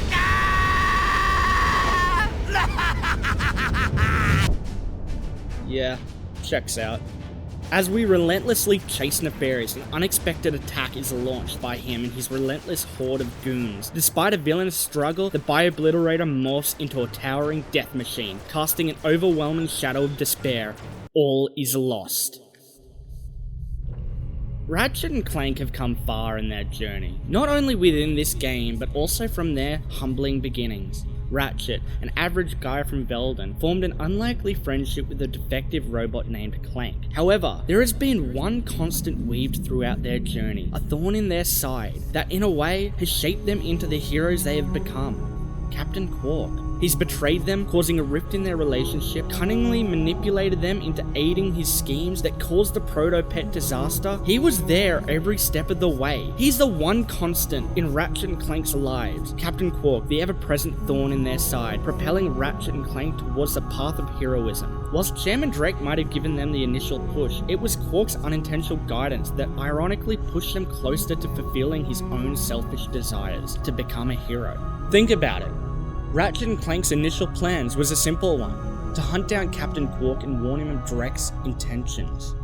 Yet, it was Quark who cunningly deceived them into journeying to his headquarters on planet Umbris. It was Quark who betrayed them, propelling Ratchet to pursue him across the galaxy, ultimately culminating in Drake's defeat. Ratchet was Quark's creation, and Quark hated that. But one thing clearly got to Quark. Ratchet's determination to track him down, even when no one else would, sparked something within him. All was lost for Ratchet and Clank, alone, up against a transformed Bio-Obliterator. Hope was lost. This was a battle they couldn't win. That's when it happened. When all seemed hopeless, a ship, no, Quark swooped in, shooting Nefarious and the Bio-Obliterator. That was the point Quark redeemed himself, saving Ratchet, Clank, and defeating Nefarious. He guided Ratchet and Clank along this journey, a path that not only propelled their personal growth, but also sparked a transformation within himself, culminating in one of the greatest redemption arcs in stories in gaming history. And this isn't confined to Ratchet and Clank 1 through 3. I'm referring to Quark's story, spread over 3 parts. This is a story of Up Your Arsenal. This is a story of Quark. This is a story of how Quark became a hero. Ratchet and Clank have faced many evils along their journey to heroism. From Drek, a corrupt business tycoon determined to create a new planet, to a villainous scientist called Dr. Nefarious seeking revenge against all biological life, or even Captain Quark, a former enemy who redeemed himself and became a friend. But none of this compares to the events of Gladiator. Thrown into an arena with no hope of escape, what would you do? Do you go in guns blazing with a friend to wreak death and destruction upon your opposition? Do you add in challenges to really change up the gameplay, adding a sense of, well, challenge? Or will you throw Ratchet into an arena where he battles relentlessly for survival, each moment faced with anguish and torment, his only hope the elusive taste of freedom in an arena devoid of hope? I say we do that! That sounds like fun! This is Ratchet Gladiator, and this is how Ratchet went missing.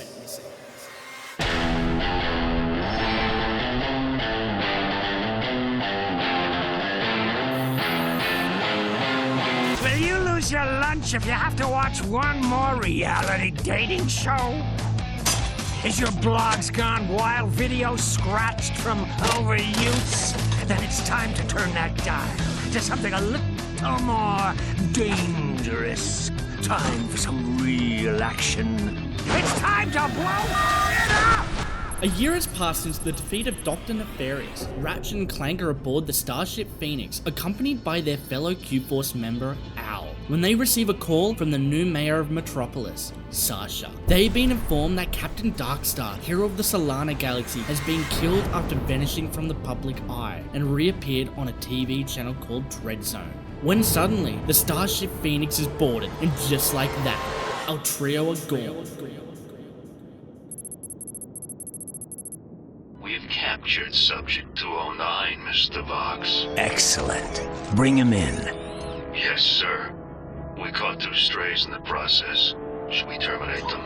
Give him collars and see if you can get some work out of them first. Ratchet Gladiator is unique because it doesn't have a lot of emphasis on story, but that doesn't make the game bad at all. Instead, Insomniac put all their effort into the gameplay, and I can't blame them for it. The game offers various features like co-op play and plenty of challenges, making this game brilliant. Whilst the story isn't the main focus, it's still here, contributing to the overall experience. Ratchet and Clank have been abducted and transported to Dread Zone, an illicit underground combat arena where heroes are captured and forced to engage in deadly challenges. One of the most striking resemblances I noticed is its parallel with the beginning of Skyrim. Hey, you. Finally awake. You've been unconscious for hours. Ha! Now who's the king of open world medieval RPGs, Bethesda? It's not Insomniac! Teleported to an arena, Ratchet is faced by Vox, the greedy and very happy producer of Dread Zone. A note to the Deadlocked collar securely fastened around your neck. This collar cannot be broken or removed. Should you stray into any restricted area, the collar will administer an extremely painful shock. Observe. I hate this job. Catacomb 4. A dense forested planet with 2 options to take this planet on. Option 1. Proceed carefully, dying 1,000,000 times to these zombies, because you chose to play alone. Loser. Or option 2. Be cool. Invite a friend over. Don't be a loner and have fun. Be social. So anyway, I chose option 1. This first planet gives us a good example of what this game is all about, and that's challenging. From your basic shoot up all the enemies, to manning a massive landstalker, all the way to racing against the clock. It sets itself apart from other Ratchet and Clank games. It's enjoyable, and arguably one of the best games to play with friends. However, if you don't have anyone to play it with, Insomniac has included these 2 robots, Merc and Green, or what I like to call Jimbo and Tony. It's so clear that this game was made to be co-op. Whilst traveling the planets, you discover that you can use bolt cranks yourself, but they also provide the option to let your robots do it for you. This begs the question, why bother doing it yourself when you'll be swarmed as soon as you start cranking, when you can simply have your robots do it for you? Then it dawns on you, in co-op mode, the goal is to have your friend handle this whilst you protect them. This little detail in the gameplay really shows that this game was designed first to be co-op, and second to be single player. I attack you with a spider tank, power level 5. I defend with level 6 lawn ninja. Sucker, you fell right into my trap. You're exterminated.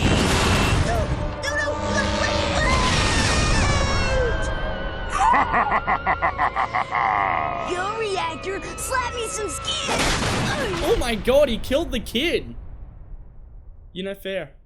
Another takeaway from this game is that advertisements play a significant role in this game, helping to break up the gameplay due to the limited story. However, they also contribute to the narrative. Each ad promotes a Dread Zone product, showcasing Gleam & Vox's determination to market not just a product, but an idea. Whilst it may seem like an exaggerated portrayal of corporate behavior, it still retains a sense of realism. A reality? I wouldn't mind trying. You want to buy a rope? Good deal. Sarathos, a swamp planet covered in swamps. What?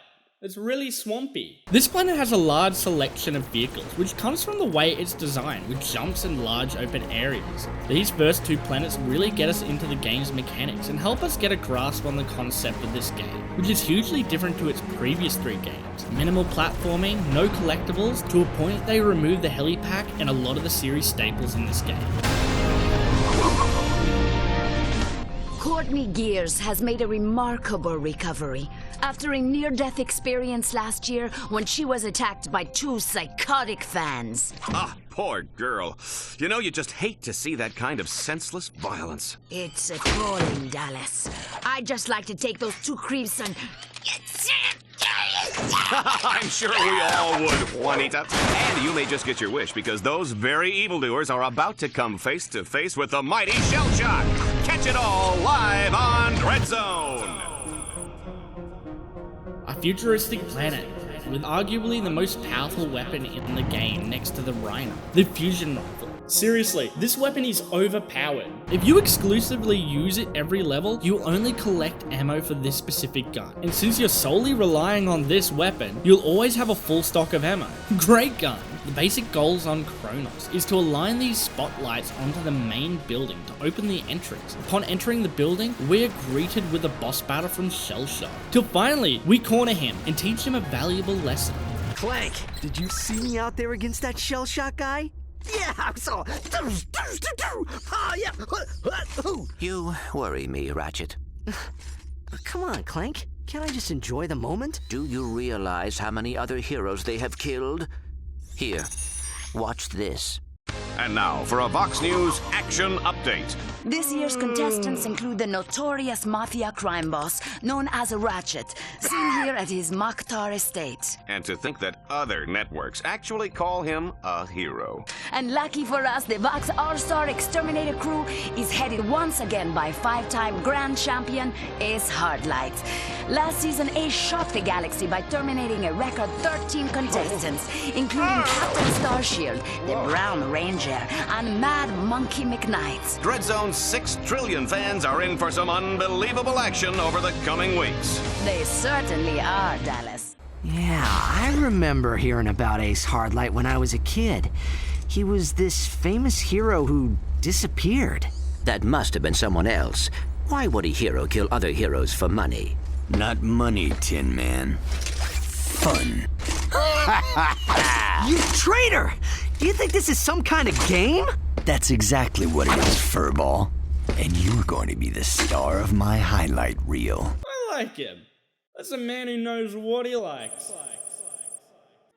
In Ratchet Gladiator, gameplay veers in a new direction from the trilogy, focusing on arena-styled missions across various planets rather than the traditional platforming, collectible hunting, and galaxy-hopping rampages. Ratchet is let loose in these gladiatorial arena-styled planets, reminiscent of the arena battles seen in previous installments, offering a fresh take on the series' gameplay dynamic. Thrown onto planets without Clank, you must complete each challenge, from simply activating every bolt crank on the map to taking out swarms of enemies before they take you out. This game also includes more vehicles than the previous game, which isn't saying much because there's only one vehicle in Up Your Arsenal and one in the original. From the giant Landstalker to the speedy hoverbike to even powerful flying hover ships, these vehicles come with their own set of missions. The Landstalker and hover ship generally have you destroying a bunch of enemies' turrets, or even these orbs, whilst on the other hand, the hoverbike has you beating the time limit in these high-speed drive-in sections. Then there's the Puma, which help you traverse large areas to complete sets of cranks that need a good cranking.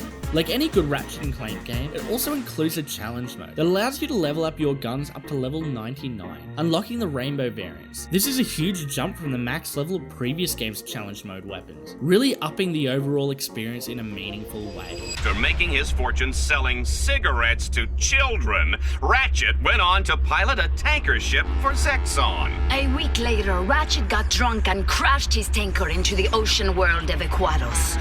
Who can forget these graphic images of baby seals smothered in radioactive waste? Little Coco never had a chance. How could you? What did little Coco ever do to you? What? Al, how can you believe these ridiculous lies? Come on, guys. We need to get out of here before we all wind up dead. What's the plan? I have been chatting with a tech droid on the operations level. She may be able to provide the blueprints for these Deadlocked collars. That's great! But we must be very careful. Vox has eyes everywhere. Ratchet's journey takes him to planet Shar for a chance to stay in the running for Dreadzone's champion. Shar is an icy planet covered in this mystical thing called ice. Here, along with Merc and Green, Ratchet must man the Stalkers to help clear out enemies, to crank more cranks, till finally, we unlock the temple. To help the lovable folks at Dreadzone help preserve the beautiful ancient temple. The next set of nodes have been cleverly concealed beneath these priceless stone carvings. Here at Dreadzone, we're serious about historical preservation. Future generations will look back at recordings of Dreadzone to see these historic sites blown up in high-definition video. It's this point that I've really come to understand how much this game focuses on gameplay over story. My previous videos really go in depth on each planet's stories, but here, we are dropped on planets with very little story. Whilst this isn't necessarily a bad thing, it sure as hell makes the script writing process for me very difficult. Kids across the galaxy know that wearing the right pajamas can give you superpowers. I'm Gamatron. My eyes shoot laser beams. I'm Reactor. I can eat metal. I'm Battlehawk. I can fly. Oh, I love that part. Sir, we have the latest sales figures. Yeah, what's the bottom line? Nobody is buying the new Ace Hardlight merchandise. In fact, sales are down across the board except for fuzzy Lombax ears. We sell those? Yes, sir. They're an accessory for the Tiny Tots assault weapons kit. Well, you've obviously made some sort of idiotic mistake. Report to B-level for disintegration. Yes, sir. Wait. Sir? On your way there, tell the lab to set up a focus test. Find out why this stuff isn't selling. Auxon, the first returning planet in Gladiator, and the homeworld of the Blah. Ratchet has a choice of two paths as we take down each force field and crank more cranks. Man, Ratchet really does like cranking, doesn't he? You know what? Same. This holiday season, Vox Entertainment brings you the heartwarming true story of one exterminator's rise to glory. From lowly beginnings as a high school math teacher. But baby, I'm giving these kids the gift of learning. You're pathetic. Get out of my sight. To spectacular success as a homicidal sports superstar. We're rich. I love you, Reactor. I was always there for you. Share the dream. Live the legend of Reactor. Ratchet, you look like a squirrel wrapped in tinfoil.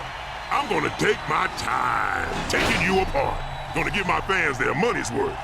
And try not to go crying or anything, all right? I want this to look good for the camera. Bring it.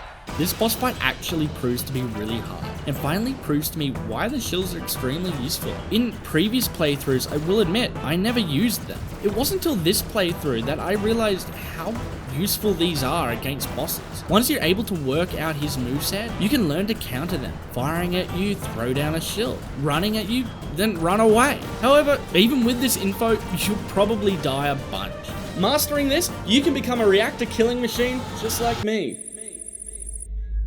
The co-op gameplay in this game is a masterpiece. Traveling around the world with friends is some of the most fun you can have in a game. Whilst yes, you have the option to play by yourself, guided through the planets along with two robots, Merc and Green, it's just not as fun as teaming up with a friend, traveling to each planet and kicking ass. Think about it, you're dropped on a planet with your best friend, ready to take on any challenges, strategically working out who uses what weapon, because yes, you must share the same set of weapons between the two of you. This is brilliant, adding to the overall strategy and to the multiplayer aspect of this game. It's so clear to me that this game was designed to be a multiplayer game first. Merc and Green feel like they have been tacked on to help with challenges that have been designed for multiplayer. They will activate things like bolt cranks, unlock doors with the hack array, and even use EMP grenades to remove electrical fields around enemies and objects. Whilst in multiplayer, you'll have either you or a friend use these items whilst hordes of enemies swarm you. I've so far covered the first 3 games in this series, so if you want to check them out, I'll have them linked up here, but you can also find them linked in the comments. I love making videos, but these videos do take me some time to make, which will never stop me, so frankly, you're stuck with me. So if you are enjoying this video, clicking the like button and commenting will really push this out into the algorithm. It'll let YouTube know that you are really enjoying this video and help get it to a wider audience. And if you are enjoying it, consider pressing the subscribe button to keep up to date and not miss out on my next video on Ratchet & Clank Tools of Destruction. We're live today from the Valix asteroid belt, home of the legendary Gamma energy beam. The Valix belt, a large asteroid system that has a huge lighthouse built upon it, known as the Gamma energy beam, initially used to guide spaceships safely through the system, until Gleam and Vox purchased it, turning the beacon off and making it the centerpiece of the new battle arena. This truly reveals Vox's character. He prioritizes profit over the safety of others, showing a lack of concern for anything else. So long as Dreadzone gets views, he's content with the death of others. And you know what? It's despicable.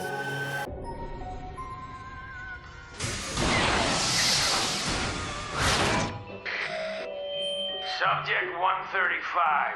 Choose one of the following items. A Courtney Gears musical lunchbox, a talking secret agent Clank bobblehead, or this super cool Ace Hardlight action figure with Kung Fu grip. Wow! Ouch! Hey, what's a big idea? Subject 136. Choose one. Oh, Courtney Gears! Ouch! Hey! Subject 137.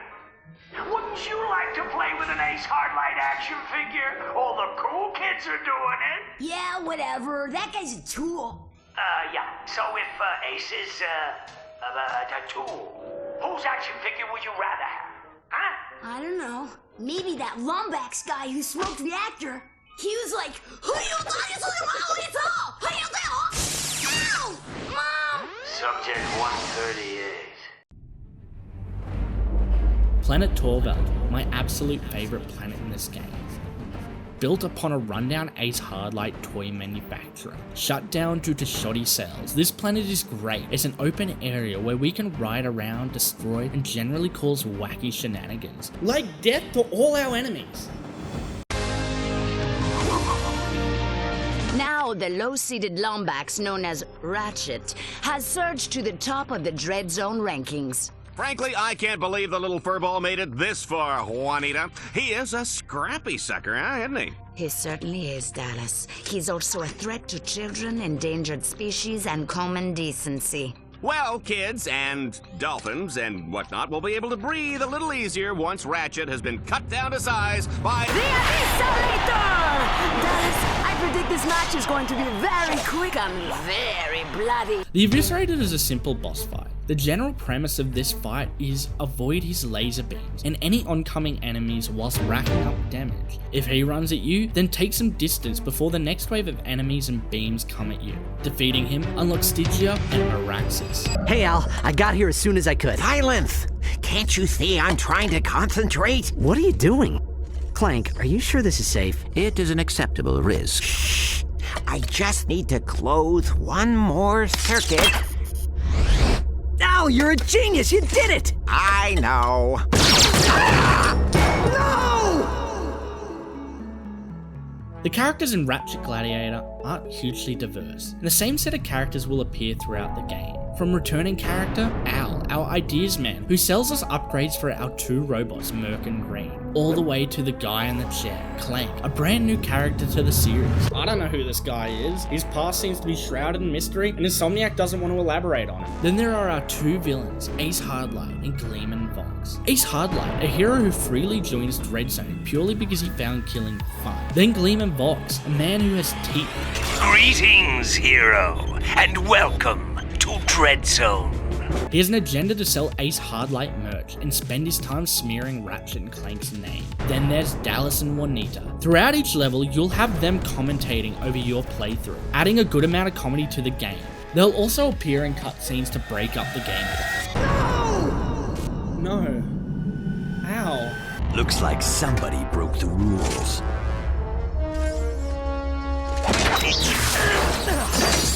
Put it back on. You're dead, Ace. That's good. I like that spirit. But save it for the arena.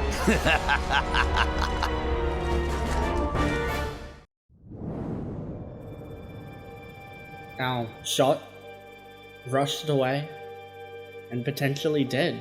Ace Hardlight shows no remorse for his actions. Thrown into these tournaments on his own free will. He will support Gleeman Vox till the bitter end. And our duo aren't happy. They are willing to fight harder than they ever have before. For freedom.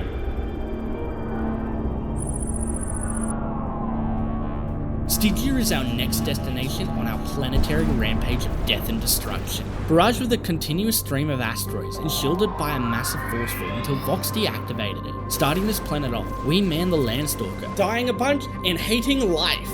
Additional challenges on Stygia include manually repairing control towers by turning on the shields using cranks, simply by cranking it. Additionally, there's a flying section to navigate through, where we have to defend Merc and Green whilst they hack the control point to get these shields back up. Meraxis. Another planet I mildly enjoy. Merc and Green are being kidnapped. I know, sad. It's up to you to traverse across this desert planet and hunt them down, dying a lot along the way. This is generally easy. All we have to do is take on swarms of enemies, break open each container till they are free. Ratchet Gladiator includes 10 worlds to visit on your tyrannical, bloodthirsty adventure, from planet Shar, an icy planet with huge ancient structures built upon them, to the Ghost Station, a space station overrun with ghost robots. I mean, I guess Up Your Arsenal did canonize robotic ghost pirates, so... Each area you visit has been taken over by Gleeman Vox and Dreadzone to throw their combatants into a dangerous and potentially lethal situation. I'm a big believer in worlds being treated like a character, really showing a story. Unfortunately for Ratchet Gladiator, a lot of the planets don't really tell you much. For example, why is the Ghost Station covered in ghosts? Or Shar, why are there ancient structures? Who built them? Not every planet is like this, however. Some good examples of worlds with some character to it is the Valix Belt, an asteroid system with a lighthouse to help passing ships navigate the asteroid belt. Or even Stygia, a planet covered in force fields protecting them from endless barrage and meteors. Comparing this to the previous game, there's definitely a lack in that sort of storytelling aspect. For example, in Up Your Arsenal, you had Dax, a planet covered in islands that had weapon facilities built upon it, that had made some of the most powerful weapons, including the Bio-Obliterator, a device that Nefarious used to turn the population of Metropolis into robots. Or going Commando's planet Uzla, a swamp planet that had run down an abandoned mall built upon it. It's a small thing like this that go a long way in video games, and something that Ratchet and Clank has always done, even in some of the newer games. This is another thing that really shows me that Insomniac definitely prioritized the gameplay in this game. Shell Shock, Reactor, and now Eviscerator, cut down in their prime, victims of that loathsome little Lombax. But just who is this Ratchet? Our Vox News investigation has uncovered shocking, untold stories from his dark, sinister, evil past.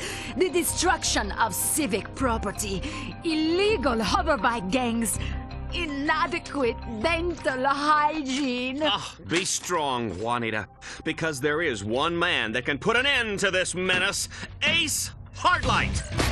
Ace Hardlight fans, prepare yourselves. I'm gonna make this one messy. Ratchet has worked hard to get to this point, battling harder than he has ever battled before to earn the opportunity to battle Ace Hardlight.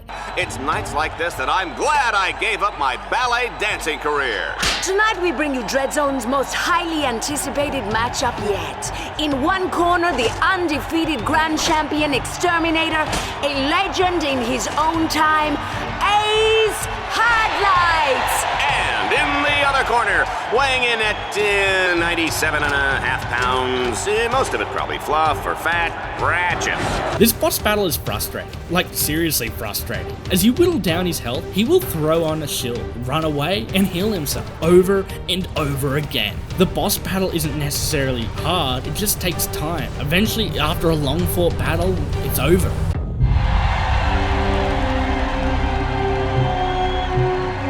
Ratchet!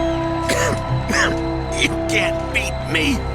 You're just a half-sized rodent with a big wrench. Stay down, Ace. Don't embarrass yourself. Embarrass? Embarrass? I'm Ace Hardlight. You were a hero once, Ace. Ratchet! Don't let Vox do to you what he did to me. You're the hero now. Ace warned Ratchet of Vox. Maybe there's more to this than it seems. He failed in beating Ratchet, but still took it upon himself to warn Ratchet of Vox.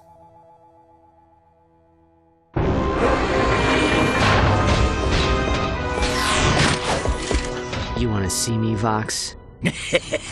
My boy, you're the Grand Champion of Dreadzone. The whole galaxy wants to see you.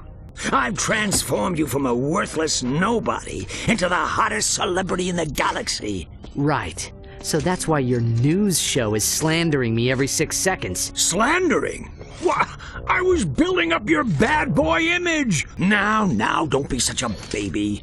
I'm about to offer you the opportunity of 1,000 lifetimes. I'm making you the new captain of the Exterminators, the star of the show. Think of it. We'll make billions. No deal, Vox. What did you say? I'm not your puppet, Vox. You actually think I'd kill other heroes to get rich? You're not just corrupt, you're stupid. What? You just signed your own death warrant. So we're done then. Let him go.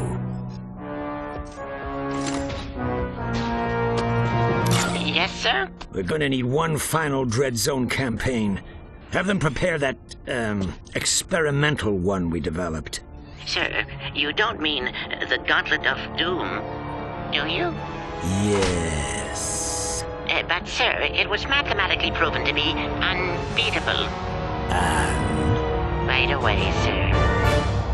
Vox made a serious mistake in offering Ratchet this deal. You see, years ago, Ratchet hung out with this hippie, who taught him some of life's most valuable lessons. Possession is an illusion. Do not all things belong to the cosmos? Ratchet would never make this deal.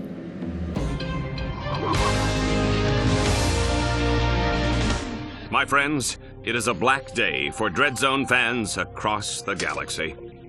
Ace Hardlight, champion exterminator and respected philanthropist, was brutally cut down by the maniac contestant known as Ratchet, aka the Butcher of Bogan.